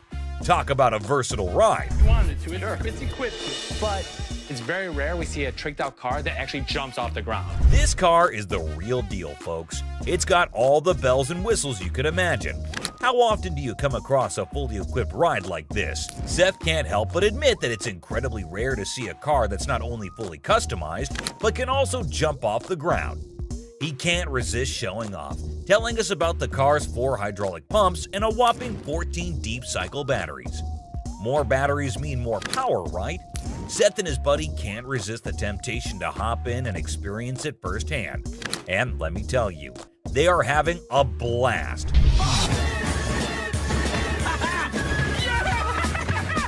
Now, Seth really wants this car, but he wants it at the right price. Penny, on the other hand, is hoping to fetch $12,000 for it. Will Seth bite the bullet and make the deal? Well, here's the twist. How about $4 grand? Seth is only willing to dish out $4 grand for it. Whoa, talk about a huge drop. You can see the disappointment on Penny's face. He explains that he spent $4 grand just on the paint job alone. After some negotiation, Penny agrees to settle for $10 grand. But Seth tries to push it further, offering $7,000. You know he wants it. It's very rare we see a tricked out car that actually jumps off the ground. Penny, being the wise guy he is, doesn't take the deal. In the end, they part ways on good terms. Well, folks, let's hope Penny finds another buyer who's willing to meet his price for this fully customized car. It's always a thrill to see unique items like this in the pawn shop. And who knows what will come through those doors next. Stay tuned for more pawn shop adventures. But here comes another gem-filled day at Les's Pawn Shop. Who knows what other surprises await us in the future? Stay tuned, folks, because the adventure at Les's Pawn Shop is far from over. Hold on to your seats because this next guy is about to unleash some of the rarest goodies on the market. 5, 6. Brace yourselves, Space Geeks, because this is gonna blow your mind. So this guy rolls up with a bunch of crates, and let me tell you, the anticipation is real. Got a couple things. I have some Star Trek things, and I also have things from NASA. He's got some seriously cool stuff from the Star Trek universe, and even NASA. I mean, come on, that's pretty awesome. It's clear that this dude is a space enthusiast through and through, and his collection is off the charts. Honestly, it's a total flex. Like, seriously, you gotta take a look at this thing. This is all the kind of stuff that you're into. Now, here's the kicker. Ashley confesses that she and her brother aren't exactly die-hard Star Trek fans. But guess what? Every time they get anything Star Trek related in their shop, it flies off the shelves. I'm not a Trekkie girl, my brother's not a Trekkie guy, but when we get Star Trek stuff in here, it flies off. Talk about a lucky break, huh? This guy managed to gather all these valuable items from various Star Trek conventions across the country, thanks to his gig as a truck driver. Talk about dedication to the cause. But wait, it gets even better. He pulls out this kit from Paramount Studios, which is a seriously impressive piece in his collection. To give to radio station to run ads for the show. And it's an authentic set that was sent to a TV executive when Deep Space Nine first hit the screens. Now that's some next level stuff right there. You can't help but appreciate the sheer coolness of it all. Here's the catch though. All this awesomeness comes at a price, and Seth, our shop owner, is taken aback by the asking price. This was $1,000? Yes. Wow. $1,000? Yes. Why? Why is that so Because much? it's custom built and it all lights up and works. The guy wants a whopping $1,200 for everything, unless ever the savvy negotiator tries to bring it down to $700. It seems like a stalemate, but fear not, because Ashley steps in with her clever thinking. After some intense back and forth, Ashley manages to strike a deal. 7, $800. She works her magic and secures all these incredible items for just $800. Can you believe it? Talk about a happy ending. Everyone walks away satisfied. The customer gets a fair price, and our shop owners have some killer new additions to their inventory. Who knew that a truck driver with a passion for Star Trek could bring so much excitement to our little shop? It just goes to show you never know what surprises are waiting around the corner. I kid you not. This next guy just pulled up with a true gem. The engine looks splendid, almost brand new. How cool is that? But wait. However, much to their disappointment, the customer refuses to budge below $8,500. Sadly, no deal can be made today. Nonetheless, Les wishes him luck, and we join him in hoping that the right buyer comes along for this exceptional ride. Fingers crossed, and walked away from the deal. But wait, there's more. You think Les will let him walk away like this? Les has something up his sleeve, and he does this. Well, after mulling it over, the customer finally caved in and agreed to Les's offer. That's the kind of influence Les has, folks. Somehow, people just can't resist his charm. Now, with everyone on the same page, they can all happily move forward. It's smooth sailing from here on out. Jack, get the out of here. Yeah, I know you're gonna get your hands off. Really? You got me. No, she ain't by herself, man. She ain't by herself, my man. No, I call me. I'm sure you're curious about what happened, so let's not waste any time and jump right into it. So this customer walks into the pawn shop looking visibly upset. As usual, Ashley greets him and asks how he's doing. Turns out he's not doing well at all. Here's the reason why. I'm not doing so good. No? My grandma just passed. I'm sorry. I was like, It's really sad to hear about it. Now, he brings along a ring that belonged to his grandmother. He wants to pawn this ring because he plans to retrieve it once he earns enough money. How sweet, right? However, it turns out that the ring is fake, which surprises the customer. Now, this got me thinking. Is he pretending or is he genuinely serious? It's hard to trust people these days, you know? But Ashley comes up with a solution to help him out by pawning his television. Can you guess what his response was? what the I look like pawning my TV? He starts getting rude with Ashley, which escalates into a heated argument. Then he demands his ring back, and not only that, he insists on being helped by another employee because he's annoyed with Ashley. And guess what happens next? Put your finger in my face. Don't put your finger in. Yep, that's how he ended up there. Crazy, isn't it? This customer's behavior became even more disrespectful. Just to prove that Ashley was completely wrong and useless. That's when, as you saw, the big guy steps in and knocks him down. But he continues to yell and curse at her. Eventually, Byron forcefully removes him from the shop. You got me up. No, let's go.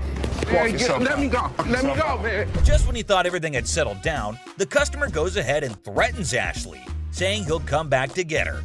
Oh dear, that's the biggest mistake he made since entering the shop. We all know what happens when someone messes with Ashley, right? Well, brace yourself and see it for yourself. On the ground. On the ground. On the ground.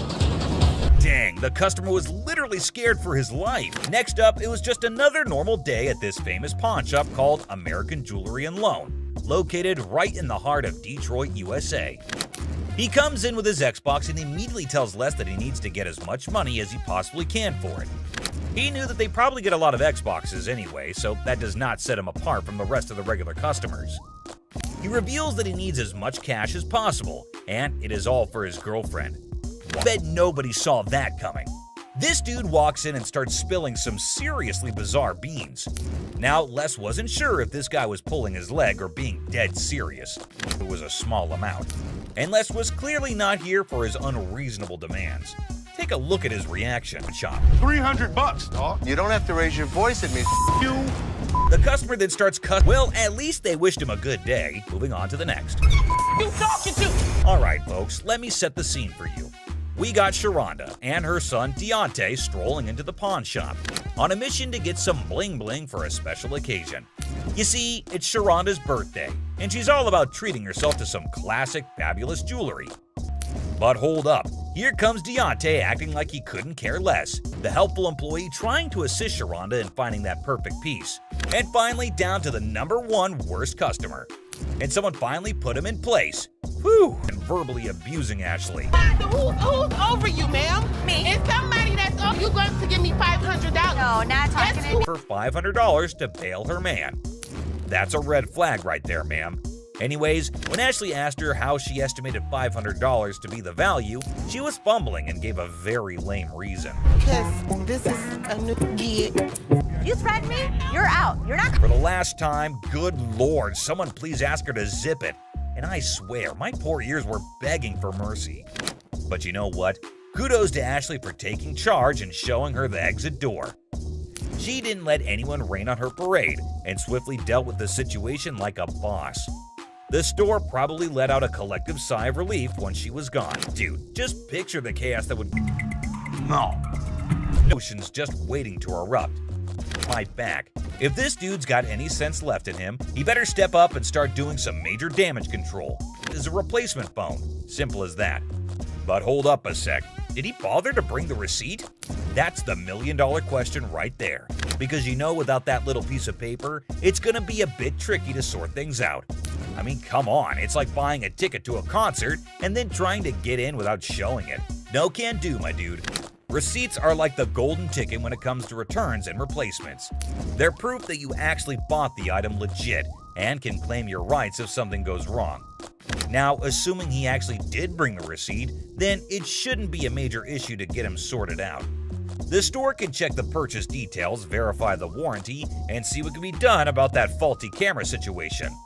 It's all about following the proper procedure and making sure everything is legit. I ain't got it with me, I ain't bring it. So you're telling me you knew you had to get the phone exchanged and forgot the receipt? But Rich says they don't even sell iPhones for $200. So obviously my man over here is a scammer.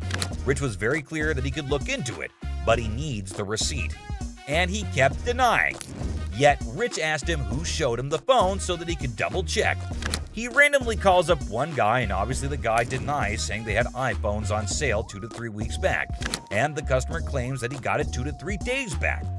But obviously the man didn't like the fact that he is getting caught, and you wouldn't believe what he said to Rich. Mohawk, shut the hell up. My Mohawk doesn't talk. It clearly does. Clearly it does. With that goatee, too. The goatee does. Like seriously, this dude went way overboard. First, he rolls up in here with a fake item that was never even sold to him in the first place. What's up with that, right? And then he has the audacity to start talking back to Rich like he's the boss or something. Come on, man. Rich ain't just gonna sit there and let this guy run his mouth without firing back. It's all about standing up for yourself and not taking any BS from anyone. Rich had every right to clap back and put this dude in his place. I mean, it's crazy how some people think they can just waltz in and cause a scene without any consequences.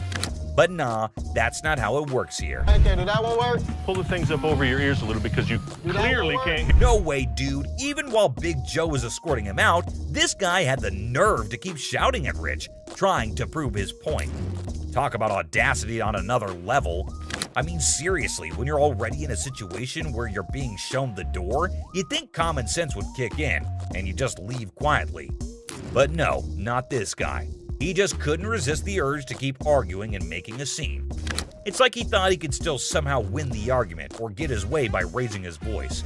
But let's be real here. Shouting isn't gonna magically make your point more valid. It's all about having a civilized conversation and respecting the boundaries. But man, I can only imagine the frustration and annoyance Rich must have felt having to bear all that unnecessary noise. Send me a picture of the receipt from your phone. Damn, my man Rich definitely got that one stitch on his head for a long, long time. You better be lucky I can't beat your butt. Today, a real gem walked through those doors. This guy, I kid you not, strolls in without a single thing in his hands. He is so crazy for that. Now we're in a bit of a pickle trying to figure out who the real idiot is, him or Les. I mean, this guy is practically selling himself here. Come on, Les, get your act together, buddy. He's gonna have a new tattoo. Wait, you wear a shirt, so you'd be covering it up. No, I wouldn't be covering up. I'd walk around. But here's the moment of truth. Did they strike a deal? Drum roll. Nope, not a chance. Didn't end up with that dumb tattoo, am I right? Now get ready for this next woman, because it's about to get interesting. So this lady is trying to make some money by selling these coats to cover her bills. But honestly, the coats didn't look too great, and neither did her chewing. 415. Is that what you said? Well, I said it 400 piece. But Ashley was totally caught off guard by that. And seriously, the price is insane, don't you think? Now she's stepping in, offering some real prices. Let's see how the other person reacts to it. $40. No doubt that's absolutely hilarious. Now they're trying to haggle, but it's honestly gross and distracting when she chews like that. I mean, check out that silly behavior. How's that come?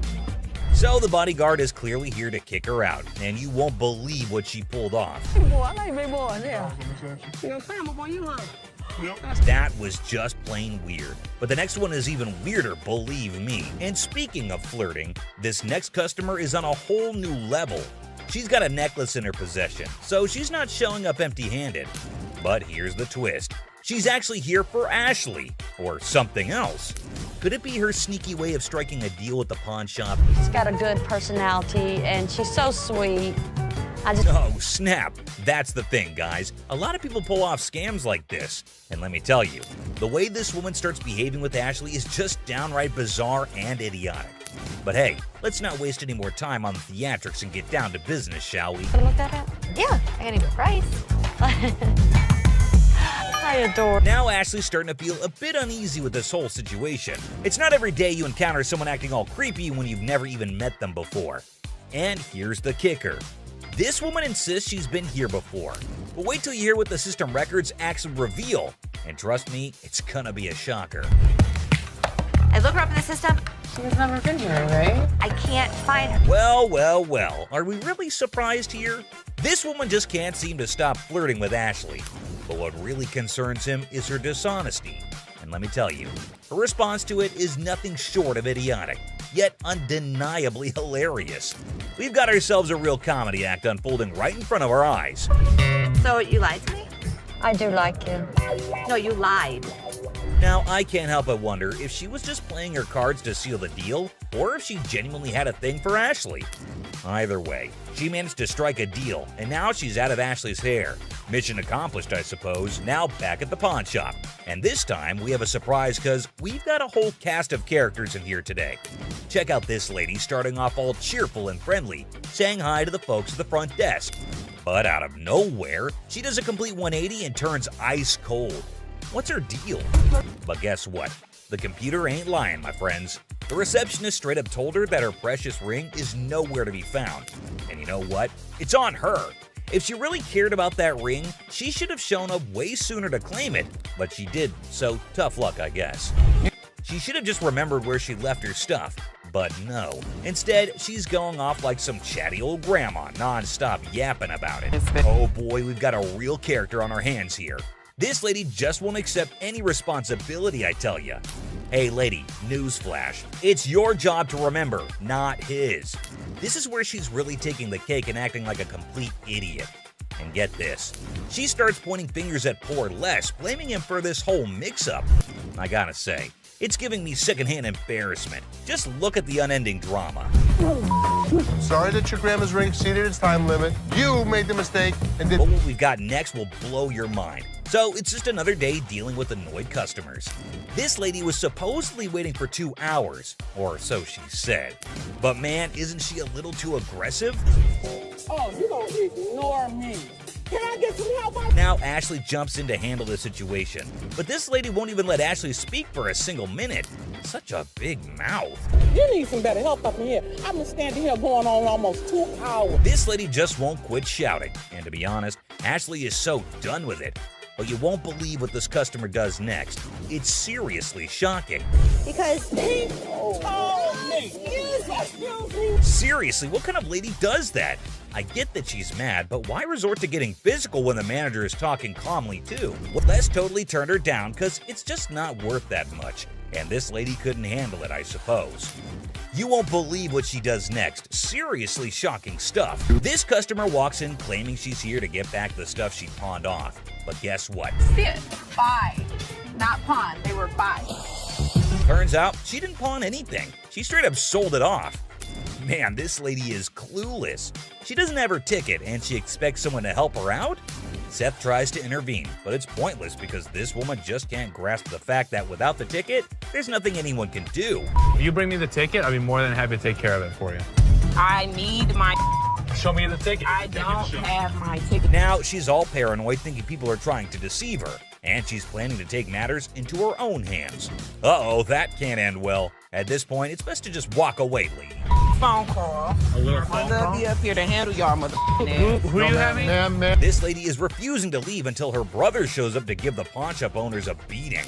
How messed up is that? Seriously, this woman needs to just shut up. Better be ready. For what?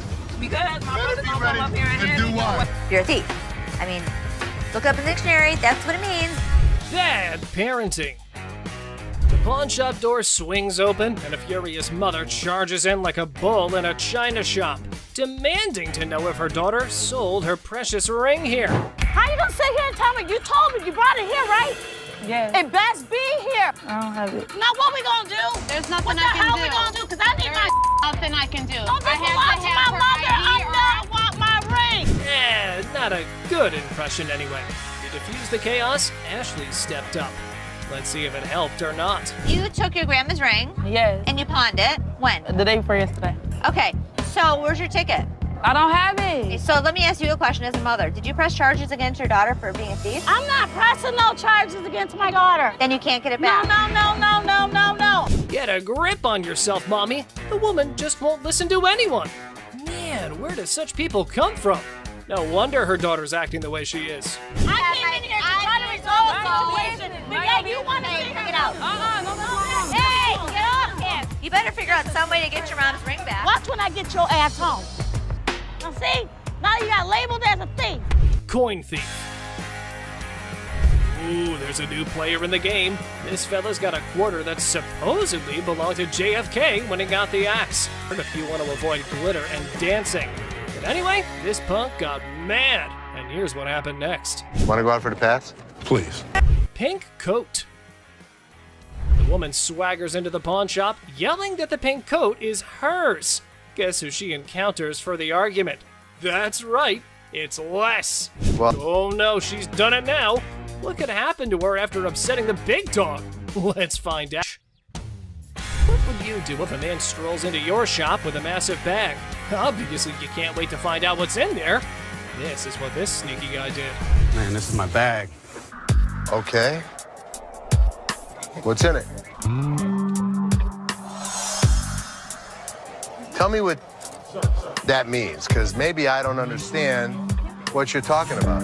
Looks like the man had a top secret mission with this bag. He didn't let anyone unzip it. In my opinion, he's a freak. See for yourself how the whole scenario went down.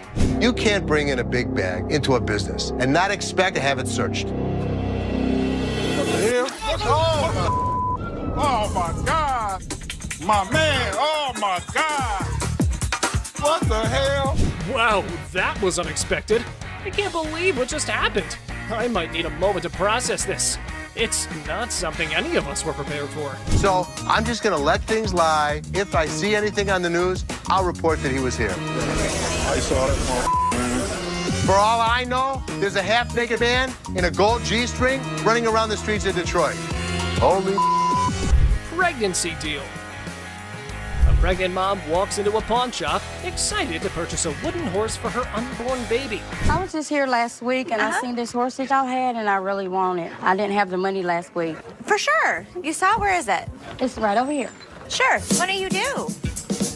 Well, I'm due next month. Oh, it's your first? Yes, it is. Oh, but the down part was that she has no money.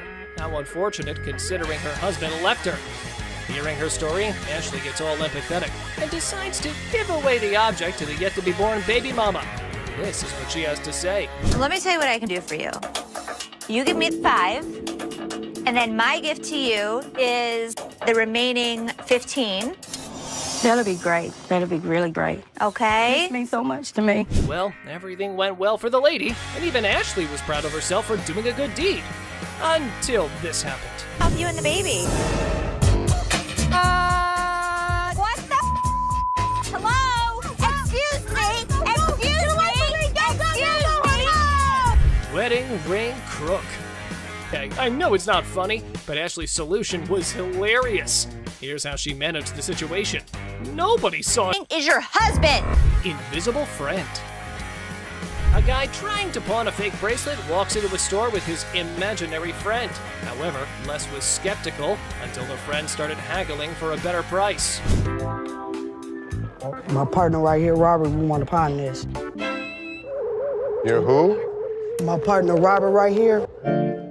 Here's a person talking to an invisible friend, but I didn't see him. Well, well, well. Robert, the imaginary friend, needs a reality check. Maybe this dude should stick to playing pretend more believably. After all, the pawnbroker here is no fool. Robert, tell him, Robert, tell him. This is worth $200.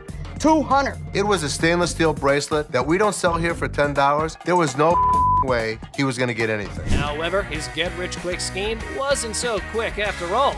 The customer's face fell faster than a lead balloon. This is how we reacted to the situation. And he talking about he can't give me nothing for this. What the is that? No, come on, let's go to the outside. I gotta look at it a little bit more better. All right. I ain't leaving. I'm not leaving, man, until I get some money. I'm not leaving, man. That man, let me go. Stolen telly. This lady's ex-boyfriend pawns her TV for some quick cash. With determination, she enters the pawn shop and confidently declares, "I'm here to rescue my kidnapped TV." I need to get my stuff, my 2 TVs. I need your ID or the tickets. I don't have no ticket or no ID. My stuff was stolen and pawned from my boyfriend. We need him or the tickets. Or... What you need him for? He ain't even nowhere around. Ah, the policy police strike again. No ticket, no claims allowed. And in a spectacular display of logic defiance, here's how she responded to the situation. Listen! Don't land on my window! Bitch! Well, I'm gonna have to get ratchet. You don't pound on my window! Yes, I can! No, you can't! Oh boy, it seems like someone stirred the hornet's nest. But fear not, Ashley swiftly shut down those threats like a master conductor. Lesson learned, universe. Okay. Oh, please. Bye. See ya. No. You're crazy. Yeah, I am crazy, and I'll show you crazy. No password. Oh boy, trying to pawn that laptop at the store, but conveniently forgetting your password? Suspicious much? Brace yourself for some dose of skeptical boss lady. You forgot the password. Yeah. How do you forget the? When's the last time you used this? About a month ago. You forgot your password? Yeah. Try again. She didn't know how to get into this computer. She didn't know the password. She didn't know the username. Oh, so you didn't just find this laptop aimlessly wandering around in the wilderness and thought, hey, I should take this. I'm sure the lady was adamant that it's my laptop. How much did you want to get on this today? At least 165. How's 125 for you? No, I'm sorry, I can't do that. I need at least 165. I mean, I can't do 125. All right, I can do 150, and that's what I can do. Okay, can you do 165 or not? Blink of an eye, the laptop lady became wild and crazy. Her responses and shouts made everyone wonder if she was off her rocker. I am a grown-ass woman. You're not acting like one. Like I said, I am a grown-ass woman. You're not acting like one. I'm not going to sit here and argue with you. Like I said, I can take my business somewhere else. Goodbye.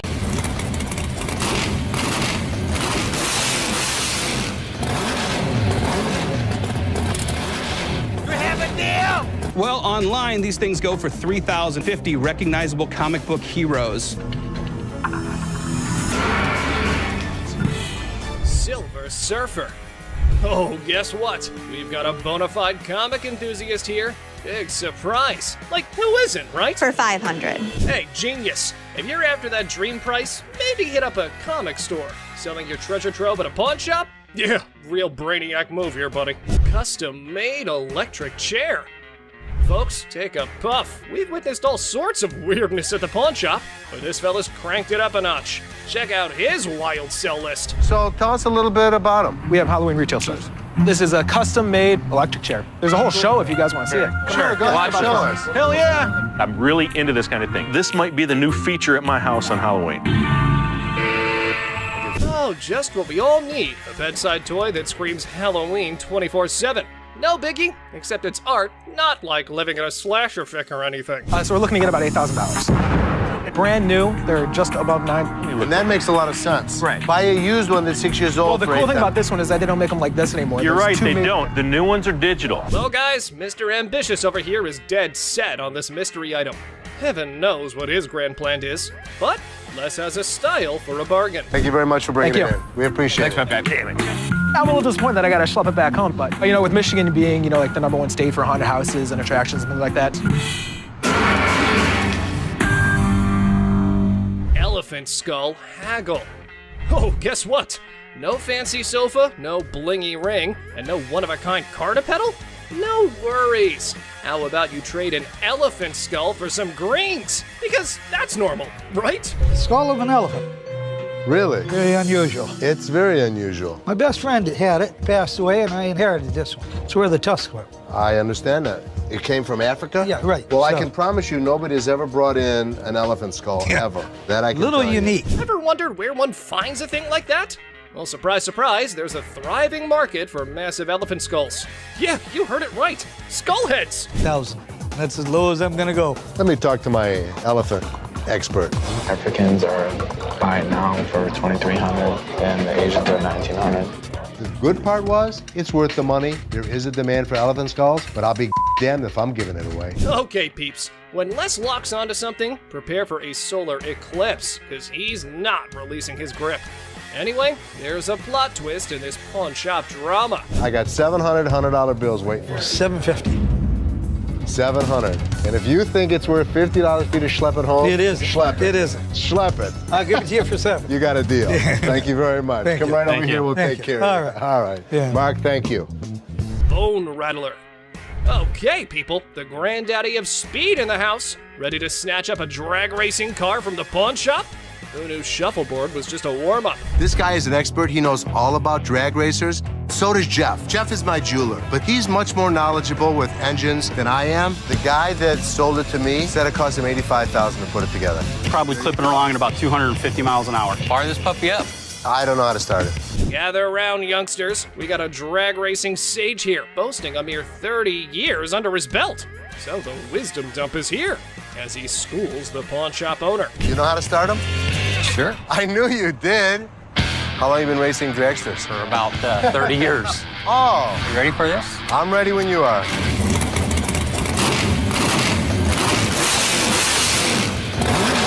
All right, Mr. Been There, Done That. Let's see if your drag racing tales can seal this deal or take a nosedive. Now, coming straight to the negotiation. 20 grand. 7,500. I don't think so. If you give me the money today, 15,000. I'll throw the skeletons in for free. We have a deal for 15,000? I guess so. Thank you very much. Have a good Enjoy day. your new car. Mechanical bull. Ah, the good old days of Wild West bull riding and rugged cowboys. Some dude missed the memo that it's not exactly the trendiest scene nowadays. Time to catch up, y'all. Going for a ride in my parking lot, or what are we doing? Let's have a little fun, girl. We're trying to sell our mechanical bull. Why do you have it? A Western-themed restaurant bar before, and that was the theme. We put the bull into the bar. Well, slap on those cowboy hats. We got ourselves a scene here. But seriously, who's taking bets on whether they can wrangle a decent price for that rodeo-style bull riding? Let's say you were to buy these brand new. How much do they cost? They cost around $15,000 to $20,000. How much do you want? $15,000. So if I was to buy this brand new or buy this used from you, it's the same price. Rental companies rent these out for $750 a day. There's a lot of revenue potential. Ha! Man, sad to see these alpha men taking back their bull home. But folks, hold on to your hats. Maybe Ashley has something else in her mind. 3,000 right now. 45. 31. 39, you pack it up. That's my bottom dollar. 34. I can't do it. Sorry, good luck. Dr. Death's van. Step right up, viewers. You've heard of Dr. Death, but today's highlight is the van that spotlights as the ride for assisted suicides. Because nothing says vacation like a one-way ticket, right? This is a 1968 Volkswagen van owned by Dr. Death, Jack Kevorkian. By Dr. Death. This is the actual van that he did his first and several other assisted suicides in. Jack Kevorkian was an iconic figure in the city of Detroit. We're not aiming for a Valley of Chrome farewell tour this time. Mr. Big Bucks here wants a six-figure sum. Brace yourselves, because Les has his few concerns all queued up. It is a piece of history. I like buying weird you won't find another one. The problem is, it doesn't make sense to spend 6 figures on something like this for me. Well, you either love it or hate it. But I love it. This is definitely a piece of Detroit. A van oozing that delightful combo of creepiness and death vibes. So legit. However, why not throw in another expert opinion? Let's see how that went. So 10,000 ain't gonna buy it. No, I'm in the 6-figure range. 20 grand? No. 25 grand. 30 grand. 50 grand? 30. One time. 50. 30 cash right now. Bizarre bikini. Check out this granny of the century who strolls into the pawn shop with an elderly figure that has a lot to do with, I don't know. You have a look and maybe you decide. Which is the doll? I heard that. I'm undressing her. What can I say? A really nasty looking woman, but a very cool item. Yep, that's about accurate. You just saw a long-legged granny in a bikini. All the efforts are done in the name of art. However, our granny here invested in this model. How much did you want for this thing? I'd like to get $500 for it. This thing is art. It's a very cool item, but not for that price. I mean, she's really cute. I mean, she's really fun to look at, but it's not going to be even close to 500 bucks. Never mind, that was gonna be a deal breaker. Unless Les had some more quotes to add to the art piece, this stirs things up for the selling mix. Here this woman was playing my game, and I was losing. 200. 190. I'll take it. Will he stop? Okay, schlep it home. You know, I heard my dad saying it wasn't worth the extra $10. Bull. She wants 200. Latex vacuum bed. Look who's spicing up the pawn shop scene. This dynamic duo's got a latex vacuum fetish bed up for grabs. You know, just your average afternoon errand. Latex vacuum bed. A what? A latex vacuum bed. So you have sex with latex? Pretty much. It's like the autoerotic asphyxiation. Pretty much, yeah. Bobby J surprisingly knew exactly what this thing was. All right, I was wondering, who needs candlelit dinners when you can have vacuum-sealed intimacy? I'm not here to judge. However, here's a quick demonstration. Is it normally when Felix has his hand over his mouth? Normally what they like. I actually used it. Are you breathing? There we go. Not gonna work. It's working. Everyone's a critic when it comes to, what's the word?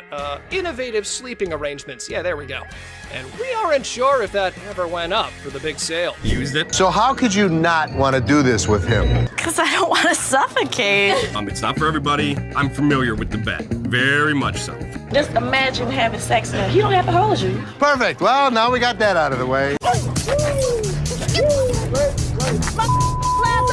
your punk ass up, but you ain't taking my motherfucking car. You I got my laptop home. I ain't leaving this bitch till you give me my money. I need my mother Time to go. No. My friend's laptop. Are you low on cash? How about you swipe your laptop, hoping to make a quick profit at the nearest pawn shop? If you want to give it a try, just watch what you're heading into. What the hell? You mean to tell me you don't stole my damn laptop and I don't blame them damn kids for this damn laptop? All this damn. That's how you don't blame me? We supposed to be friends? Got me up. Taking my laptop. Ugh, that tension, right, folks? However, our big boss Les was unable to fully comprehend the conflict. And he couldn't care less. These people were just up to making a fool of themselves. I think that these women were fighting over laptops. Watch your punk ass home, bitch! Watch your punk ass home! But you ain't getting my motherfucking car, you bitch! I got my laptop home! But we, being a sucker for drama, sorted it all out. Apparently, somebody's valued belongings were stolen by their BFF. What chance do they have of surviving this unthinkable betrayal? I got laptop all this time, and I'm thinking these down. Okay. All right, that's enough. That's enough. All this time, my laptop was missing, but I got my laptop. That's all that matters. All right. Earring error. In the dazzling world of pawn shops, we find a woman aiming to part ways with her prized earrings. But only if things were that simple, then there wouldn't be a whole show made out of it. I'm here to pawn these earrings. Okay. Trying to get $350 for them. Why do you need the money? It's none of your business why I need the money. Pawn my jewelry. We all know that our big boss here has quite a keen eye for the merchandise he deals with. And warning, you better watch out if you try to sell him a knockoff. These are real. They are real earrings. They're just not real diamonds. They are. No, they're yes, not. they are real. How the you gonna tell me just by looking at my that they not real? They're not real. As things were getting hot, the woman kept getting non-negotiable. That definitely makes a reality TV treat. Keep it coming, girls. Ladies that act like ladies are treated like ladies. No, it don't work like I ain't leaving this bitch till you give me my money. I need my mother. Time to go. Stubborn guy. Our Mr. Clumsy here managed to turn his girlfriend's car all wrecked up. Now he's off to pawn his genius-level ideas to fix the car and his relationship. I need to pay my court fees. I got a DUI, crashed my car. Well, her car. I took her car with a couple friends. You just need to get as much as you can. It's not your damn business. I'm here for you. All full of himself, he went all gangsta mode on Seth, trying to get money for 2 of his rings. Did it work? Nope. However, things were about to get more annoying. What's the highest you'd go? $900. That's ridiculous. Tell him what it is. No, don't tell me what to do. Stop talking. Stand behind me. What's the problem? Tell her to stand behind me. This is men talking right now. Our boy's respect for his girlfriend shines through as the negotiations heat up. Hold on to your seat, because this encounter was a true lesson in having proper manners. Maybe we should just take the money. That. Stop talking. Just Dude, stop seriously, talking. why are you Just such an stop. ass? No, you need. No, I don't need to. You're my store. This It is my property. business. It's not your property. Do I She's her tell own your person. property what to do? Hopefully one day she'll wisen up, move on, and realize that this guy's a complete tool. Mother-daughter feud. Well, ladies and gentlemen, hold on to your liquor bottles for a heartwarming episode of Mother-Daughter Treasure Hunters. They had gathered some priceless junk to fund their world tour. So what you got? I got some really expensive stuff. Show me. Some old liquor bottles, some old albums, stamp book. Didn't you think he worth something? No. You got a whole lot of nothing going on over there. But wait, Les examines their items and deadpans. Sorry, ladies, it's all junk, no worth. The things took a swift left from there, guys. Told you it wasn't worth nothing. You need to watch your trap because this worth everything to me. It don't matter. They don't want it. This is not junk, okay? So don't you comment on. I told you. So you better not don't. to come here. You better don't go there. Gas. You better don't. You better don't. It's like watching a comedy where emotions run high over little treasures. They both argue fiercely about sentimental items. Talk about teaching your kids some manners. I will kick your ass. I'm your mama. You better don't. How the heck? You better don't. No, you get the off my. I thought it was kind of funny watching the mother and daughter argue with each other. Okay. All right, that's enough. That's enough. Body slam. Our guy claims his grandma's ring is a lost treasure. Well, that part's for Ashley to decide whether it's real or something that came out of a cereal box. How much are you looking for? Is this enough to pay rent? How much is your rent? $300. Okay. Do you have anything else? Because this unfortunately is not real. What you mean it's not real? It's not real gold. Basically, y'all sit up here and waste my time talking to you. You don't waste your time. Oh dear, Mr. Sad Story. You've really painted yourself into a corner now. It was almost as if he was starring in his own drama series. I'm like, just give me my ring. I need to speak with somebody else because you irritate me flat out. I'm trying to help you solve your issue. What you mean? What you mean? I'm trying to help you solve your issue. Lower your voice.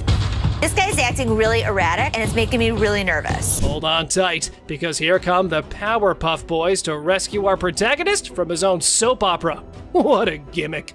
A day he's gonna remember for a while. Don't put your hand in No, she ain't by herself, man. She ain't by herself, my man. Bitch, I'll be back, bitch. You're talking that now, get the hell out of here. He was lucky I have other things on my mind, or I would have beat him to a pulp. PlayStation. In a stunning twist, our lovable, larger-than-life customer walks into the pawn shop dreaming of snagging a PS3. Let's hope the controller can keep up with his enthusiasm. How much are your PlayStation 3s? How much you want to spend? Got $70. Can't let it go for 70, my man, unfortunately. I've seen them for $70 to $80 at other pawn shops. Does it come with a warranty? It comes with an as-is warranty, unless you'd like to purchase an additional warranty, which I'd like to help you with. This is bull. Our six-pack gamer needs some physical exercise rather than video games. Mirror, mirror on the wall, who needs a jog more than them all? I need a PlayStation 3 for $70. I sell them for $100. That is ridiculous. Oh Yeah, my you God, get it's live. 70. I want somebody else to talk to around here. Well, there's only gonna be one other person you're about to talk to, and if you keep your voice raised like that, we'll be more than happy to speak with you.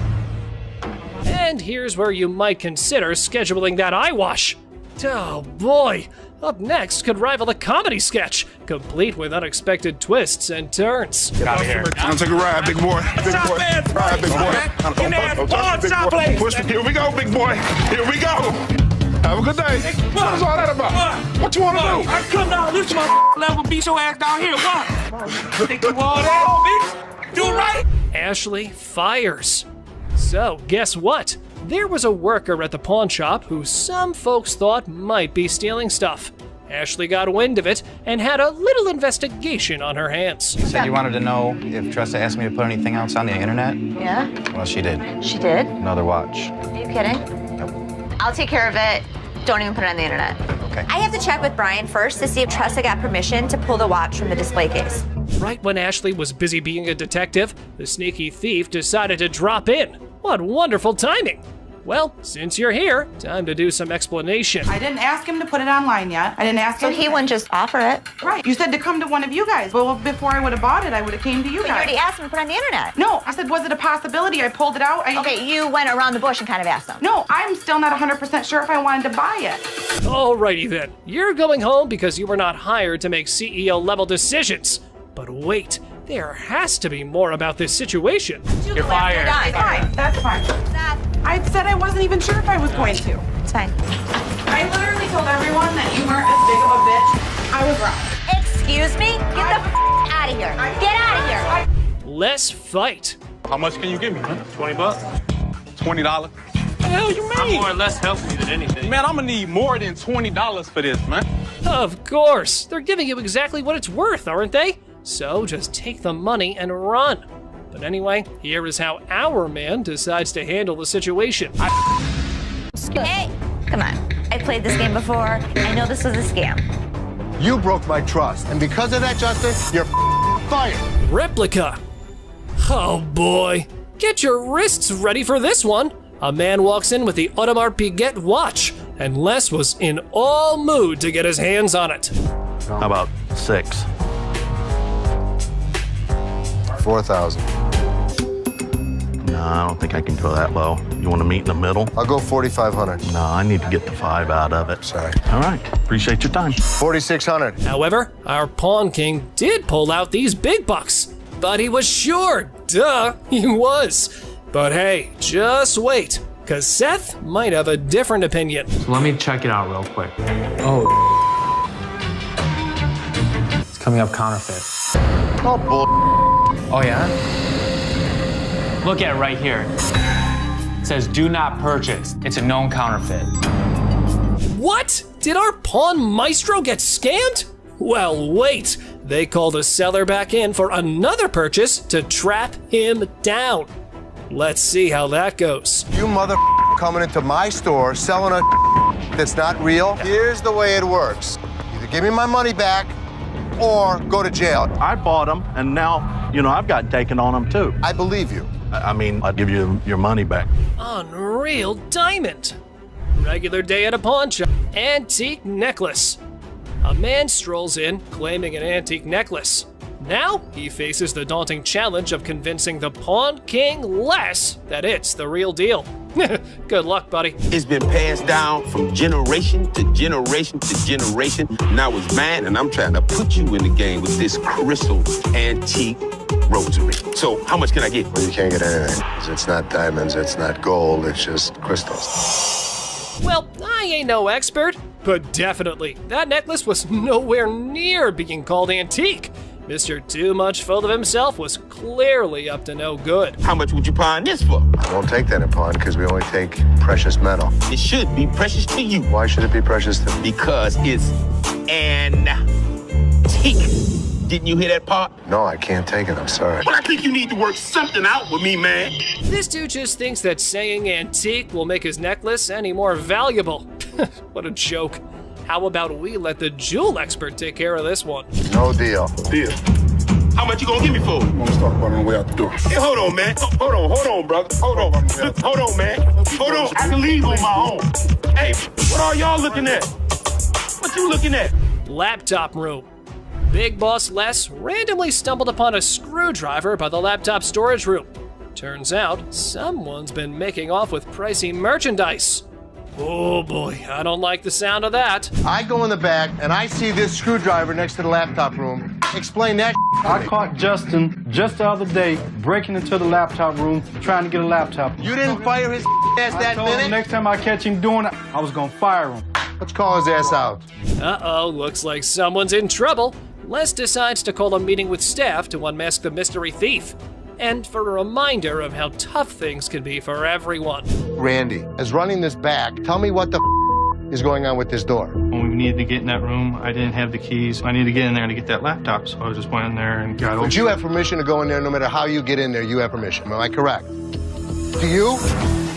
Well, ladies and gentlemen, Justin's in the hot seat now. The trigger's been pulled his way, and it's decision time.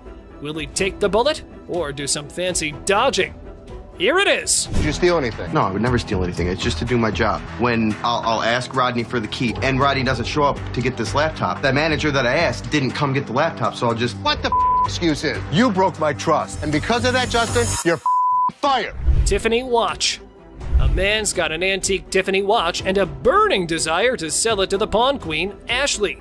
But hold on to your goats. There's a twist coming. I've already done a little bit of research on this thing. This watch is 160 years old plus, at least. And you've had offers of $3,200 and you want more. I do. It's gorgeous.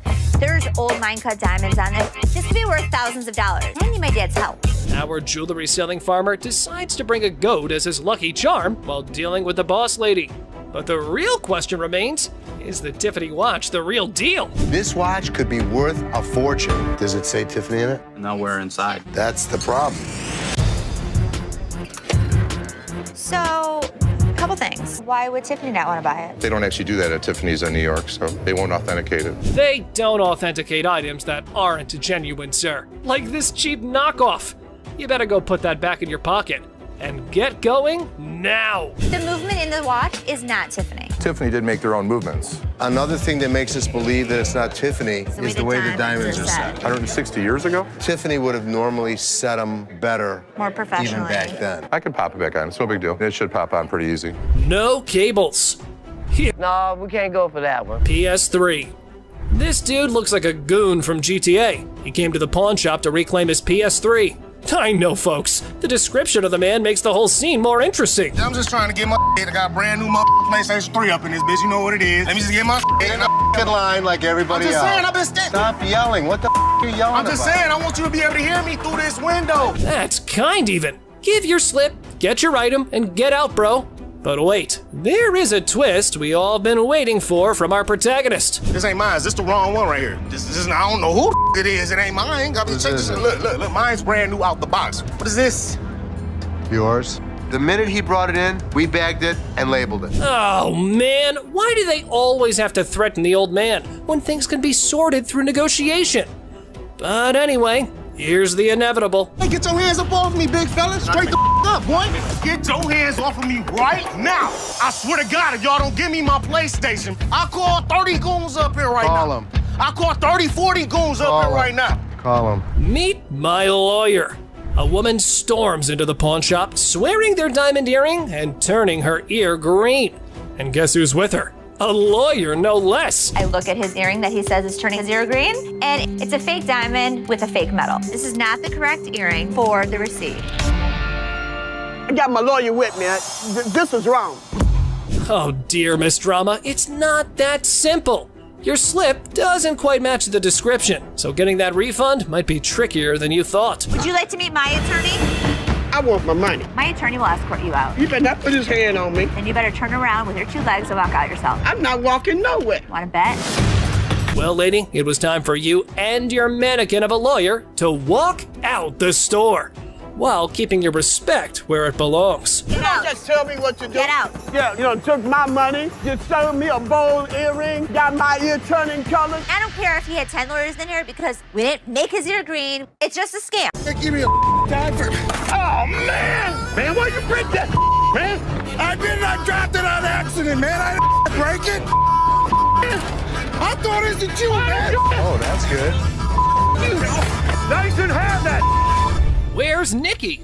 The lady has arrived at the pawn shop saying one of the workers valued her earrings, and now she's just demanding the estimated price. What a mind wreck, I gotta say. Who'd you talk to? Nicole? Over the phone. Yes, But we ma'am. don't see them over the phone. She's lying. Can I see your merchandise while I'm at work and while you're sitting in your living room? You need to come in, you need to evaluate your earrings, we need to test them. Where Nikki at? Nikki. Nikki, Nicole. Ashley, ever the detective, was in suspicion mode, attempting to dissect the situation. However, the customer's reaction swiftly threw a wrench into her gears. Listen, it's real diamonds. All I know is I need my 400. I'm looking at the diamonds, and I know right off the bat the weight is just not gonna make it. I can do 185. So what you're saying is you're not gonna give me that $400, right? No, I'm not. I mean, you're not gonna come in here demanding money from me. Yes, I am, because that's what I called for. Well, it appears our lady has raised some eyebrows about her sanity.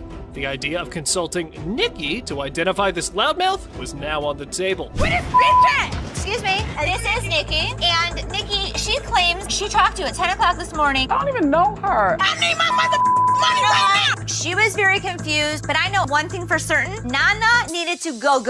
Phone call lady. This one time, an elderly woman disrupted the quiet at the pawn shop with her booming phone PC. Two older folks enter the pawn shop with 1970s computers. They hope to sell them to fund a trip out west. Let's see if they were able to enjoy the blast from the past. Got some equipment here. So how much are you looking for? About $900. To be honest, if you bought these new, it's about like 400 bucks. We need more than that. Yeah, we need more money than that. What I can offer you is $0. Zero. Things took a sudden turn, and honestly, it felt like we stumbled into some reality TV treat. Buckle up, because this pawn shop just got a lot more interesting. You mean zero? Most people don't get that aggravated when they bring in like ancient artifacts. Yeah, people collect these. Oh, they're antiques now. We'll take 800. $0. How many times do I need to tell you? We're not interested in it. Leave the store. I ain't taking I'm not it out of taking this it. store. Well, fellas, y'all better just use it to scroll some pictures of the out west, because I probably think that trip's now canceled. You and you too. Oh man! I thought it was you, man. Didn't have that. Put it in the dumpster if you want. She slap. Our big boy seeks an appraisal for a ring, and guess who he stumbles upon? None other than Ashley, the queen of quotes in this pawn shop. I do what I want to do. Bye. Big ass off me. Have a good day. Pacifier Pawn. Seth, our pawn shop hero, encounters quite the character of a customer eager to part with both a TV and a ring. But wait, what's in her mouth? I'm Seth. Oh, you cute. Yeah. So how can I help you? I'm just bringing, my TV and my ring. Trying to at least walk out with 800. Let me see your ring. That's right, lady. Our Seth here wasn't going to crack open with that pacifier or your flirting skills. How about we cut to the chase and look at the valuables? Her ring was pretty nice. It has diamonds. It's 10 karat gold. Her TV was relatively nice. And you still answer my question. I said what you wanted. I know, I said I'm good. So, you need a loan or you want to sell it? Loan. Loan? About 300 bucks. Want to taste my ring No. or lick it? What did she just say? Well, even if the sun rises from the west, I ain't putting that in my mouth. How about we look for someone who might? Would you suck on that pacifier for 20 bucks? You can lick it. I know you want to. Yeah, you. Ready?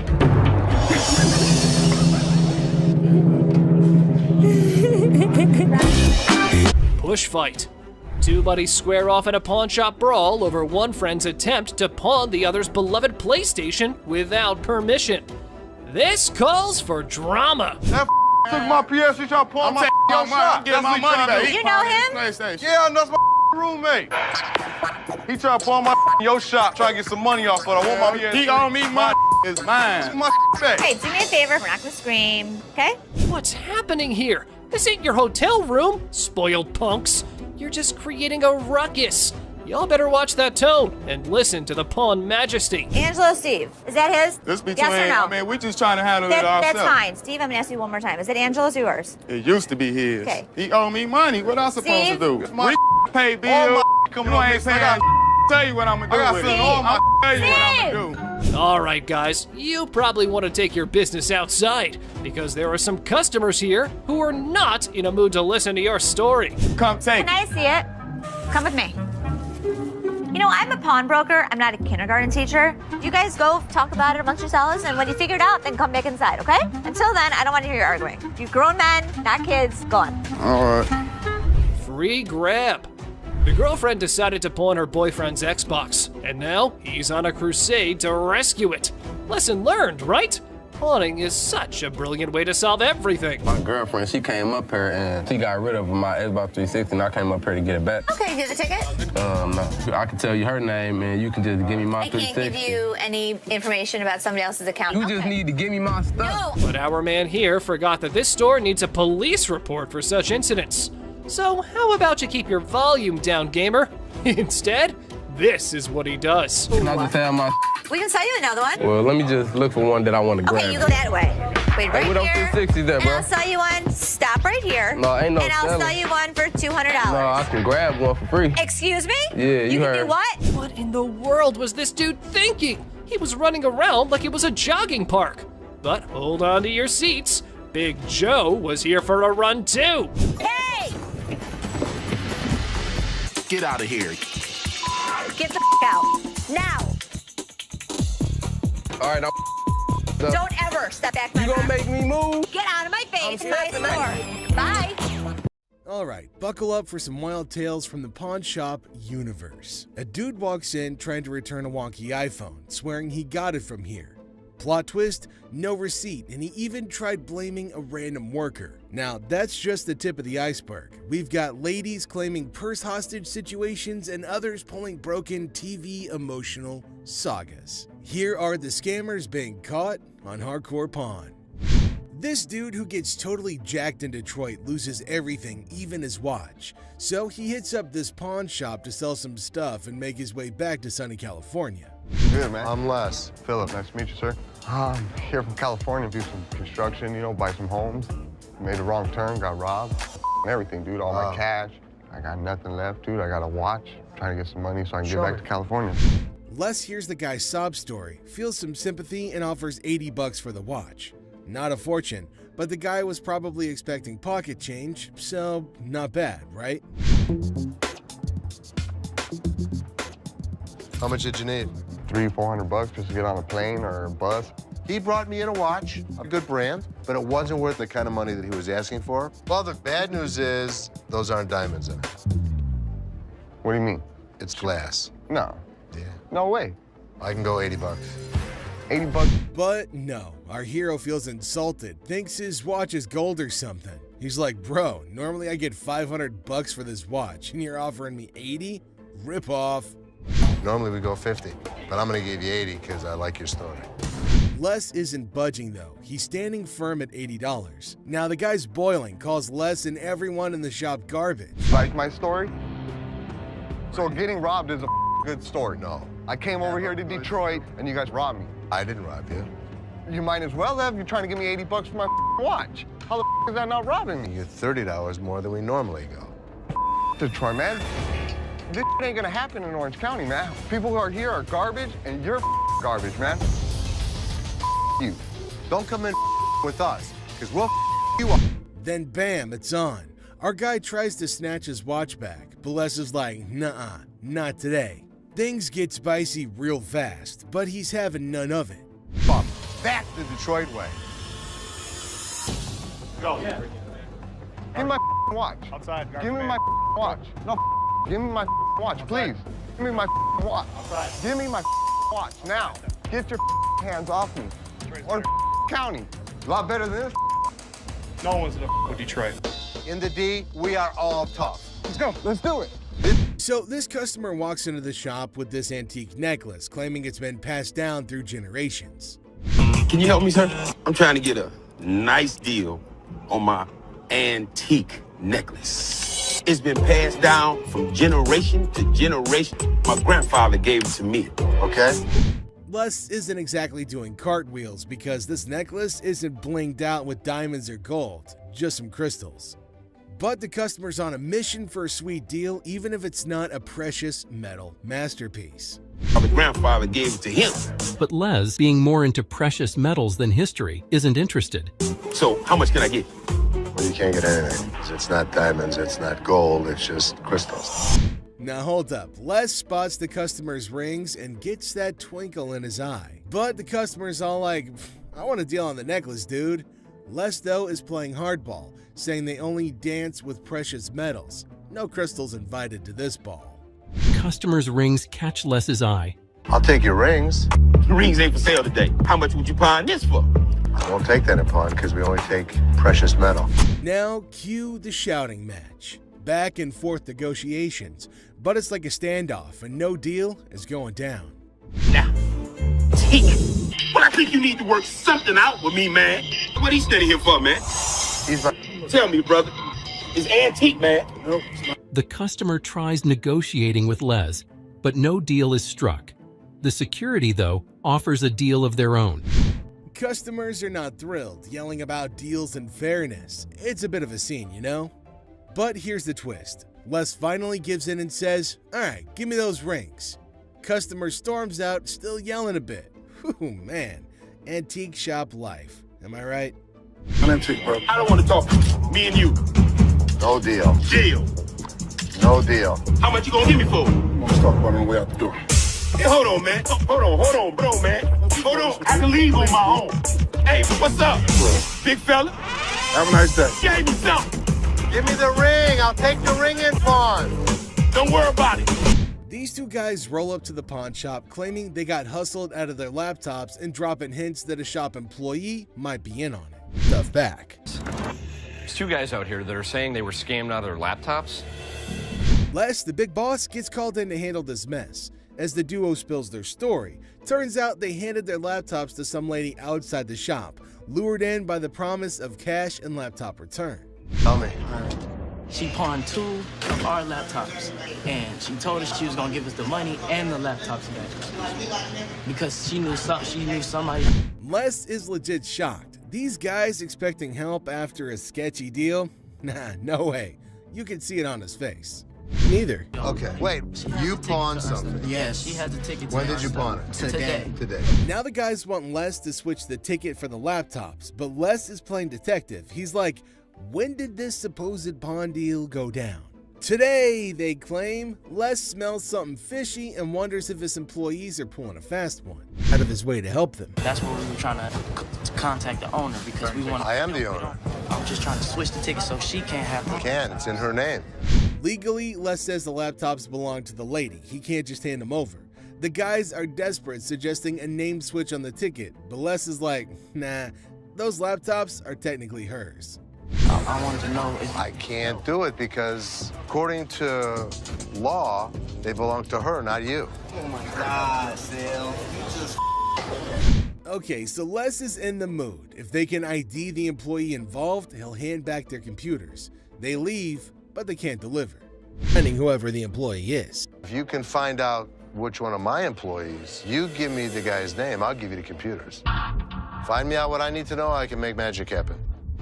Les, a pawn shop pro, suggests they hit up the cops and file a report. Guys are desperate, try to negotiate, but Les shuts down any rule bending.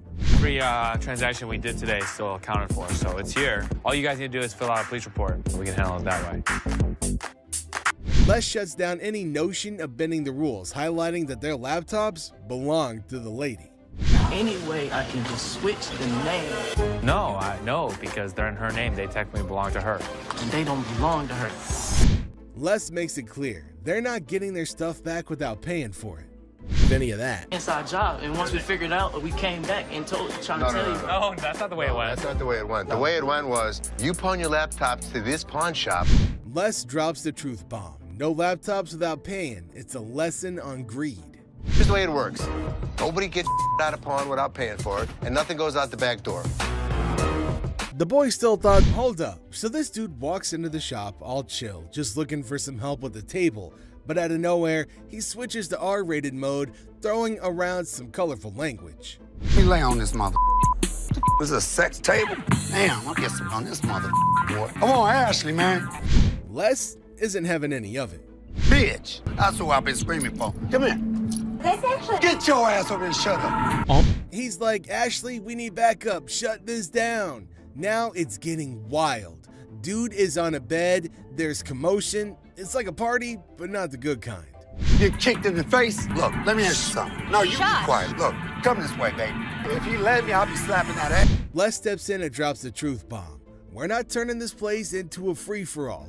But hold on, he's not just playing referee. There's the threat of a face kick. Yikes. Really? We don't think so? You don't disrespect my daughter-in-law? Les isn't messing around. He tells the customer to get off the bed, making it crystal clear, don't mess with my family. His family. I'll tear that up, boy. I'll tear that up. Tear that out of here.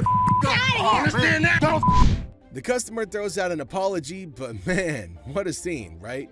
put my kid. I'm sorry, man. Don't put my kid. I'm sorry, Les. I'm sorry, man. This guy, Mark Hollingsworth, waltzes into the shop with the kind of sketchy idea. He's all like, I own this company dealing with watches, cars, and parking problems. But trust me, his sales pitch is as smooth as sandpaper.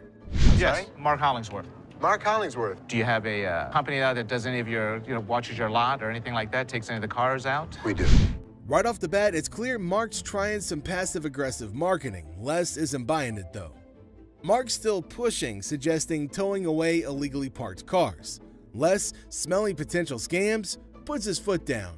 No signing anything. Better business venture than what? Well, then probably what you're working out right now. I must be missing something. Okay, well, there's nothing to be missing. If somebody's parked illegally, we want to be... Tension builds as Mark insists on linking their businesses. Les draws the line, saying Mark can't come in and shake him down. It gets really intense, and Les gives Mark an ultimatum. Leave or get tossed out. I want the business. We're kind of working the area right here. What does that mean? Well, I'm going to give you... Les, not one to back down, successfully kicks Mark out. Mark, feeling a bit defiant, says he'll be back, but Les isn't bothered. He's like, you're not welcome here. But he just won't get a clue. This is going to be our business as well. No, it's definitely not going to be. Listen. No, you listen.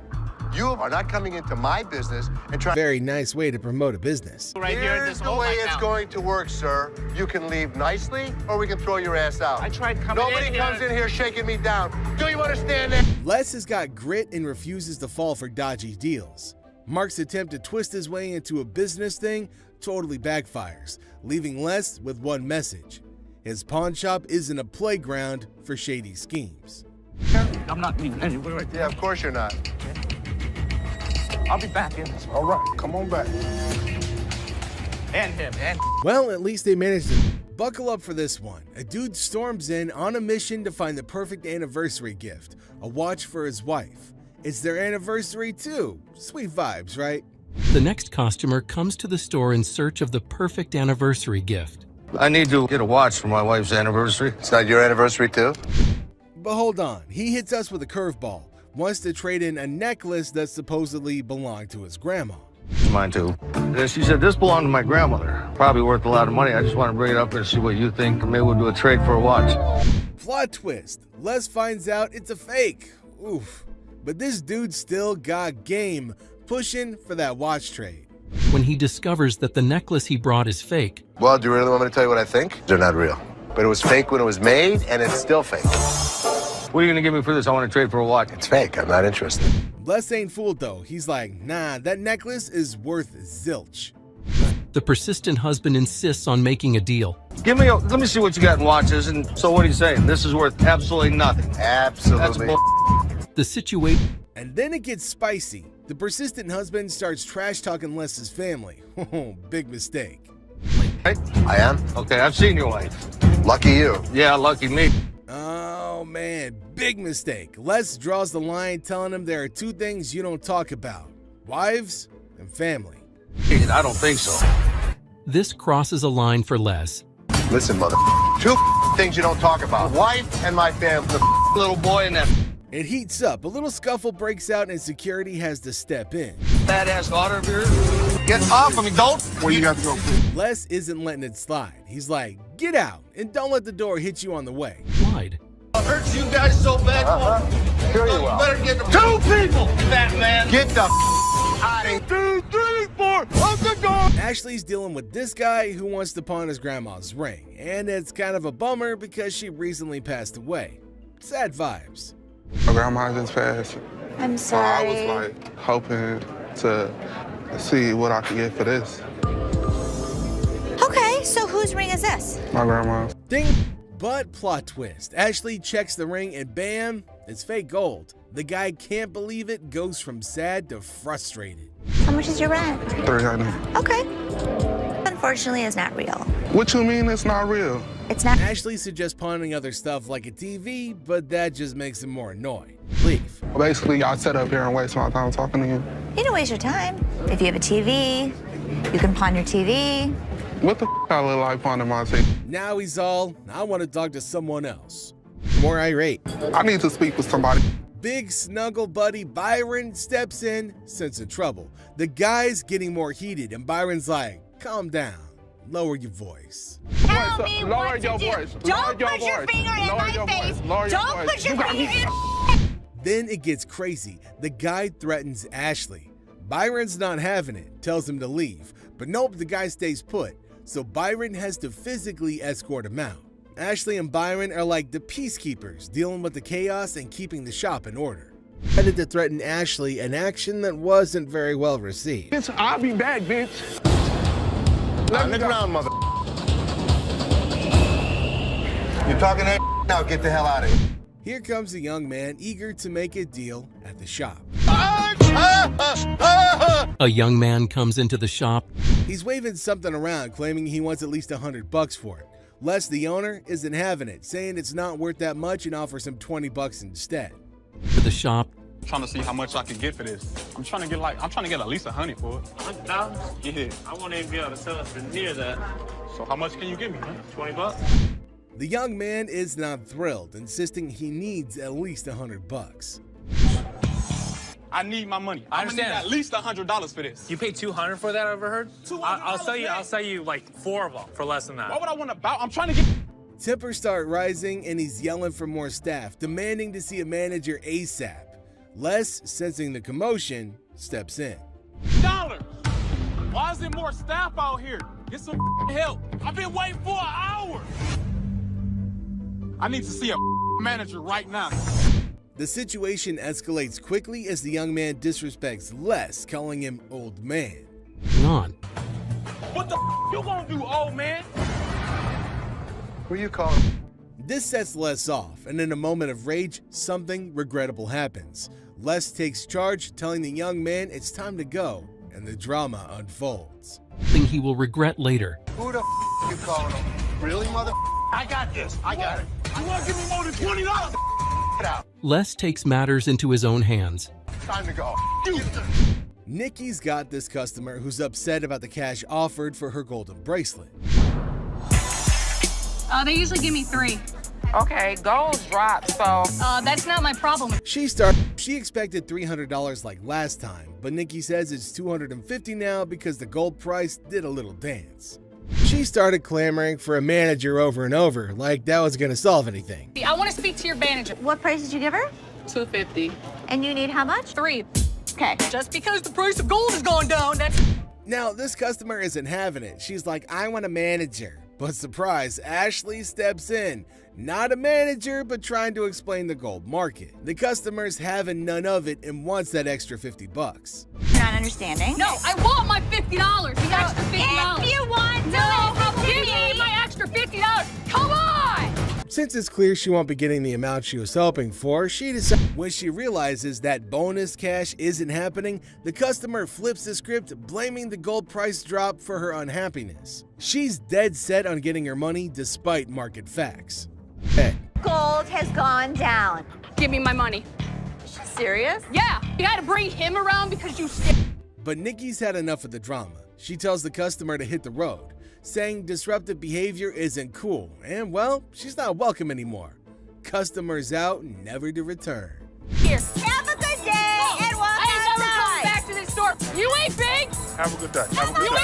ain't big. I will rob you. Have a good.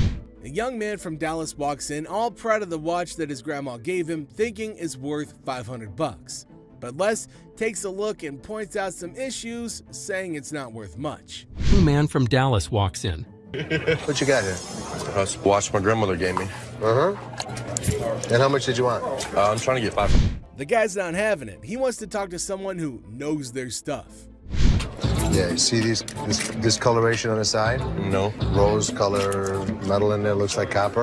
I see gold. But it's not gold. I wouldn't be able to take it. Can't give me nothing. Les tries to reassure him, but things go south. The guy's all frustrated, claiming his watch is worth $500, demanding to talk to the jeweler. Sorry. Can I talk to somebody that knows what they're doing? You can talk to me. Unless you're bullshitting me, man. I have to get home, man, this week. I understand that, but it's got no value. It does have value. Things begin to go south. This is a bunch of bullshit, man. I want to pawn my watch that's worth $500. Let me have you talk to my jeweler. Now, when the jeweler says it's basically worthless, things get wild. The guy goes off, and before you know it, he's getting escorted outside unceremoniously. Well, this guy's been in the jewelry business all of his life. He wants a $500 loan on a watch. What can you do with him? What are we doing? Well, I wouldn't really call him names. We're not calling you any names. Outside, he's still fuming, dropping some colorful words. It's a full-blown scene at the pawn shop. The guy wants his watch back, but Les isn't having it. Nothing. Stop being a bitch. This is the worst pawn shop in the city. It's a piece of dude. Give me my mother. Man, come over here and pick this bitch up. Yo, you, get him here. Let's go, my man. We got Jimmy, man. Buddy, hands up. Hands up. Yes, sir. A customer eager to test the bike's functionality pushed to take it for a spin right inside the store. Horsepower guy. A lot. 600 cc's, my man. Seth, smelling something fishy, hesitates but agrees to check it outside. The customer, though, pushes to ride it down the road, making Seth suspicious of his motives. It's just pretty wild. I want to see what it's got. Can I get the keys? I want to see if it starts. I'm not turning it on here, but if you want, we can take it outside. Now, it's clear that this customer might have some sketchy plans. Seth, playing it smart, doesn't let the guy take control of the bike. Faith in a person he just met. You can't let me take the bike down the road. Now, the customer, thinking that he's all tough, brings in a friend, calling him his dog, trying to challenge Seth's authority. Let's try it out. Who's this guy? That's my dog. That's your dog? That's my dog. But guess what? Seth's got backup. Byron and the crew. Byron is known for his muscles ready to keep the peace. The customer, yeah, feeling overconfident, tries to provoke Byron, but it backfires big time. Byron takes charge and kicks him out. Understand? Why? You got somebody that's gonna stop me? Byron. Man, I don't need your dog. Come on, dog. You get over here and take care of this light work. Byron's big presence shows that loud barks don't always mean a big bite. The troublemakers learn the hard way that messing with Byron is a bad idea. How? It don't matter where the I'm from, man. You stay the out my face. That's all I can tell you. Show you whose face I'm getting in. This your dog, right? You get up in my face. Have a nice day. Out my face. Drama in the store, and Byron's not having any of it. I guess I had a big bark and a big bite, because I pushed both of them out of the... It's time for a showdown as the customer's all worked up about his busted lounger from the shop and he wants his money back. But surprise, he didn't keep the receipt. Money back. Ab lounger I bought here, man, workout. Now, this thing obviously couldn't handle what I was doing on it. So 2 days later, it don't even work. Let's lay it out. No receipt, no refund. But this customer's not having it. He's all about the money, not interested in an exchange, and things get loud. Security's on standby. Necessary to keep the receipt. I don't have a receipt. I didn't think I needed to keep it. There's nothing I can do for you without a receipt. If you had the receipt, I could give you an exchange. I could give you something. I don't want an exchange because it's probably going to be some again. How about you just get my money and then we won't have any more problems with this. The customer keeps pushing, not caring about security or anything else. He's dead set on getting his money back, even throwing out threats. I need my money back. Not gonna do yes, anything. And like all this security standing around or whatever, I don't give a rat's ass about that. There better be some money. When he sees security, he gets a bit jittery but doesn't back down, demanding even more backup. It's a feral showdown at the pawn shop. He reaches the point of no return. Oh, son. Come on. Come on, man. Let's go. Really? Let's go. I told you last time. We got you, buddy. Bring a couple more. Come on. We got you. Bring it. The Gold family gets hit with a shocker when they catch their own employee, Christina, in a sneaky scheme.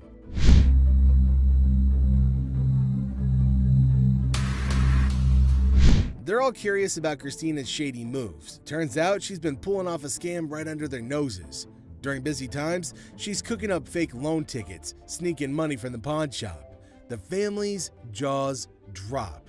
Total disbelief. At your merchandise. Yes. I wrote up the loan. Okay. I wrote it up, but I only did it when we were busy. So they confront Christina about it, and it's a mess. Her crafty plan makes it tough to figure out how much she stole. The numbers they're throwing around hint at thousands of dollars gone. Money off of them bit by bit. And so you wrote it up for $350. Yes. And what about this piece right here? How much did you give a loan on for? The Golds are just stunned at their own employees' audacity and cunning moves. Stolen. Would you wrote up a fake ticket and stole money from us? I can't hear you. Yeah. Yes. Les tries to cut a deal, saying spill the beans and maybe they'll go easy. But Christina's all defiant, giving vague answers and stalling. How much money do you think you've stolen from American Jewelry? Would you say it's over $1,000? I don't understand what that is. Yes or no? When the police get involved, it hits them. This is serious stuff. Les gives Christina a last warning, saying once that door opens, her fate is sealed. Even with a chance to cooperate, Christina's not budging, so the Golds have to hand her over to the cops. You're just stealing from us all alone without any knowledge of anybody else stealing from us, correct? Last chance, because once that door opens and the cops come in here, I have no option. With the way she had to do their dues. Okay. All right, check this. A customer walks in wanting a receipt for something she already owns. Item that they already owned. We don't give out receipts. What you mean you don't give out receipts? When we give you your item, that's your receipt. That's proof that you paid to take it out. I need this receipt to show what I spent my money on. So I do business with... Les says the item itself is proof of purchase, but she's not having it. She insists on a receipt to show what she spent her money on. With the answer, Bitch, give me my mother receipt. I need a receipt. My man needs to know what the I spent my money on, and you sitting there looking all stupid and you can look at... Even with Les trying to talk sense, things go south. The customer gets all aggressive, throws around some colorful words, and even threatens physical harm. Security steps in, and the manager gets called, but it's getting more heated. Bitch, I beat your mother ass. I ain't got time to play with your ass. Somebody give me a mother manager up in this bitch. The manager shows up, but Les is done. He tells the customer it's time to hit the road, but she's not backing down. I've been doing with my money. Can I get I don't know what the you've been doing with your money. So you gonna sit there and act like that? Yes. Bitch, I burn this mother down. Okay, it's time for your ass to get out of here. Security tries to escort her out, but she resists, causing a scene and accusing them of making her fall. Hands off me! You better get your bitch! Oh, no, bitch! No, y'all gonna make me fall like that, bitch! It's a tense situation, drama at its peak in the pawn shop. A customer walks in dead set on selling his jacket at a price he thinks is fair. Rightfully deserves in mind. I'm looking to get some money for it, man. I'd like to get, and I'm going to get, about 50 or 60 bucks. Can't walk out of here. But things get wild as he brushes off small talk, just wanting the cash ASAP. How long have you owned this jacket? What's it matter how long I've owned this? Just give me some money, man. The employee tries to chat, but the customer's all about getting a good deal because of medical needs. Negotiations kick in, and the customer flat out rejects offers, aiming for 40, 50, or even 60 bucks. Problem I need to deal with, man. All I want is some money. Give me 40 bucks, 50 bucks, man. At least 60. Now, Les, who's usually quick with this stuff, finds himself in a twist. He throws 20 bucks on the table, making things even more tense. Normally, he'd have booted him out for being rude. I'll buy it from you for 20. 20? Are you nuts, bro? Security jumps in, forming a shield around Les, expecting trouble. Not as nuts as me, though, brother. Give me You wouldn't have a clue how nutty I can be.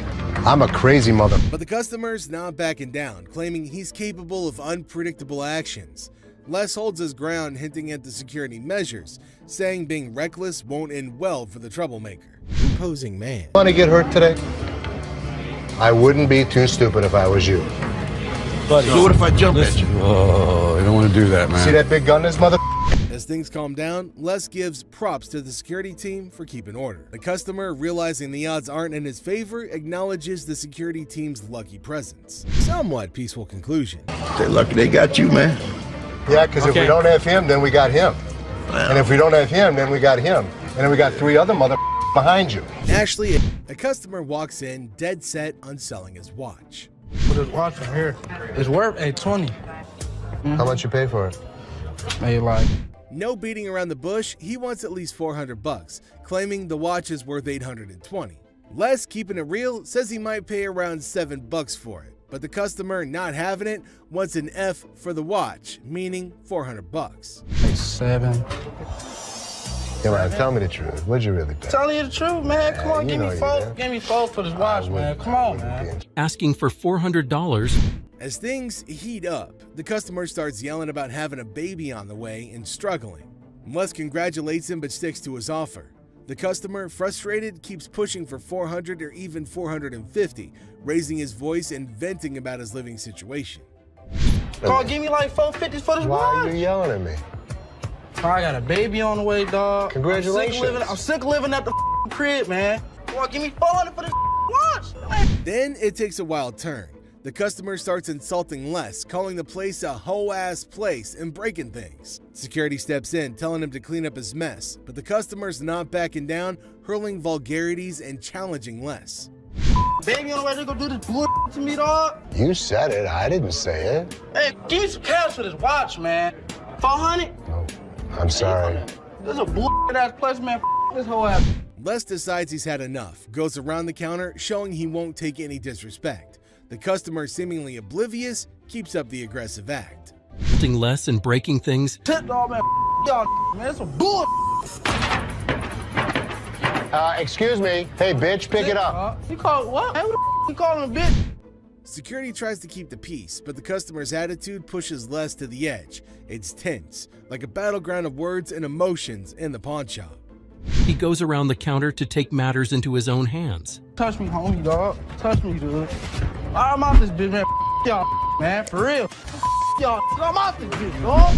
Ashley's dealing with a customer who says his watch is messed up, but surprise, he doesn't have a receipt. Hi. Hi. How are you? Not good. I got a little issue here. What's your issue? Bought this watch from you guys a couple days ago and it's not working. The guy claims he dropped a bunch of cash but can't remember how much or show a receipt. How'd you pay? Cash? Cash. How much did you spend? I spent a lot of money on that thing, man. Okay, number one, I'm not swearing at you out of respect. Ashley, smelling something fishy, decides to play along and points out a problem with the watch. She's like, Rolex watches shouldn't have this issue. But here's the kicker. The guy throws a veiled threat, hinting at consequences if Ashley was a trained cop. Do you wear contacts? No. You can see well, right? I can see very well. What does it say? Now Ashley's not having it. She keeps her cool, uses her training, and delivers a swift response. A chokeslam. But she decided to play along with his games. Come here, I'm gonna show you exactly where your Rolex is. And by the way, if you wear a tank top, I'd advise you work out some more. So come on. The guy, realizing he underestimated the situation, backs off quickly. Message delivered. Threatening behavior won't fly in the store. Really? How about it? Get the off. Get the off. A lot of people probably don't know. I'm trying. The customer's still demanding what he thinks he paid for, but Ashley's chill. She hands back his cash, making it clear that being confrontational won't change the outcome. I want what I paid for. Here you go. Cash. I want what I paid for. Bitch.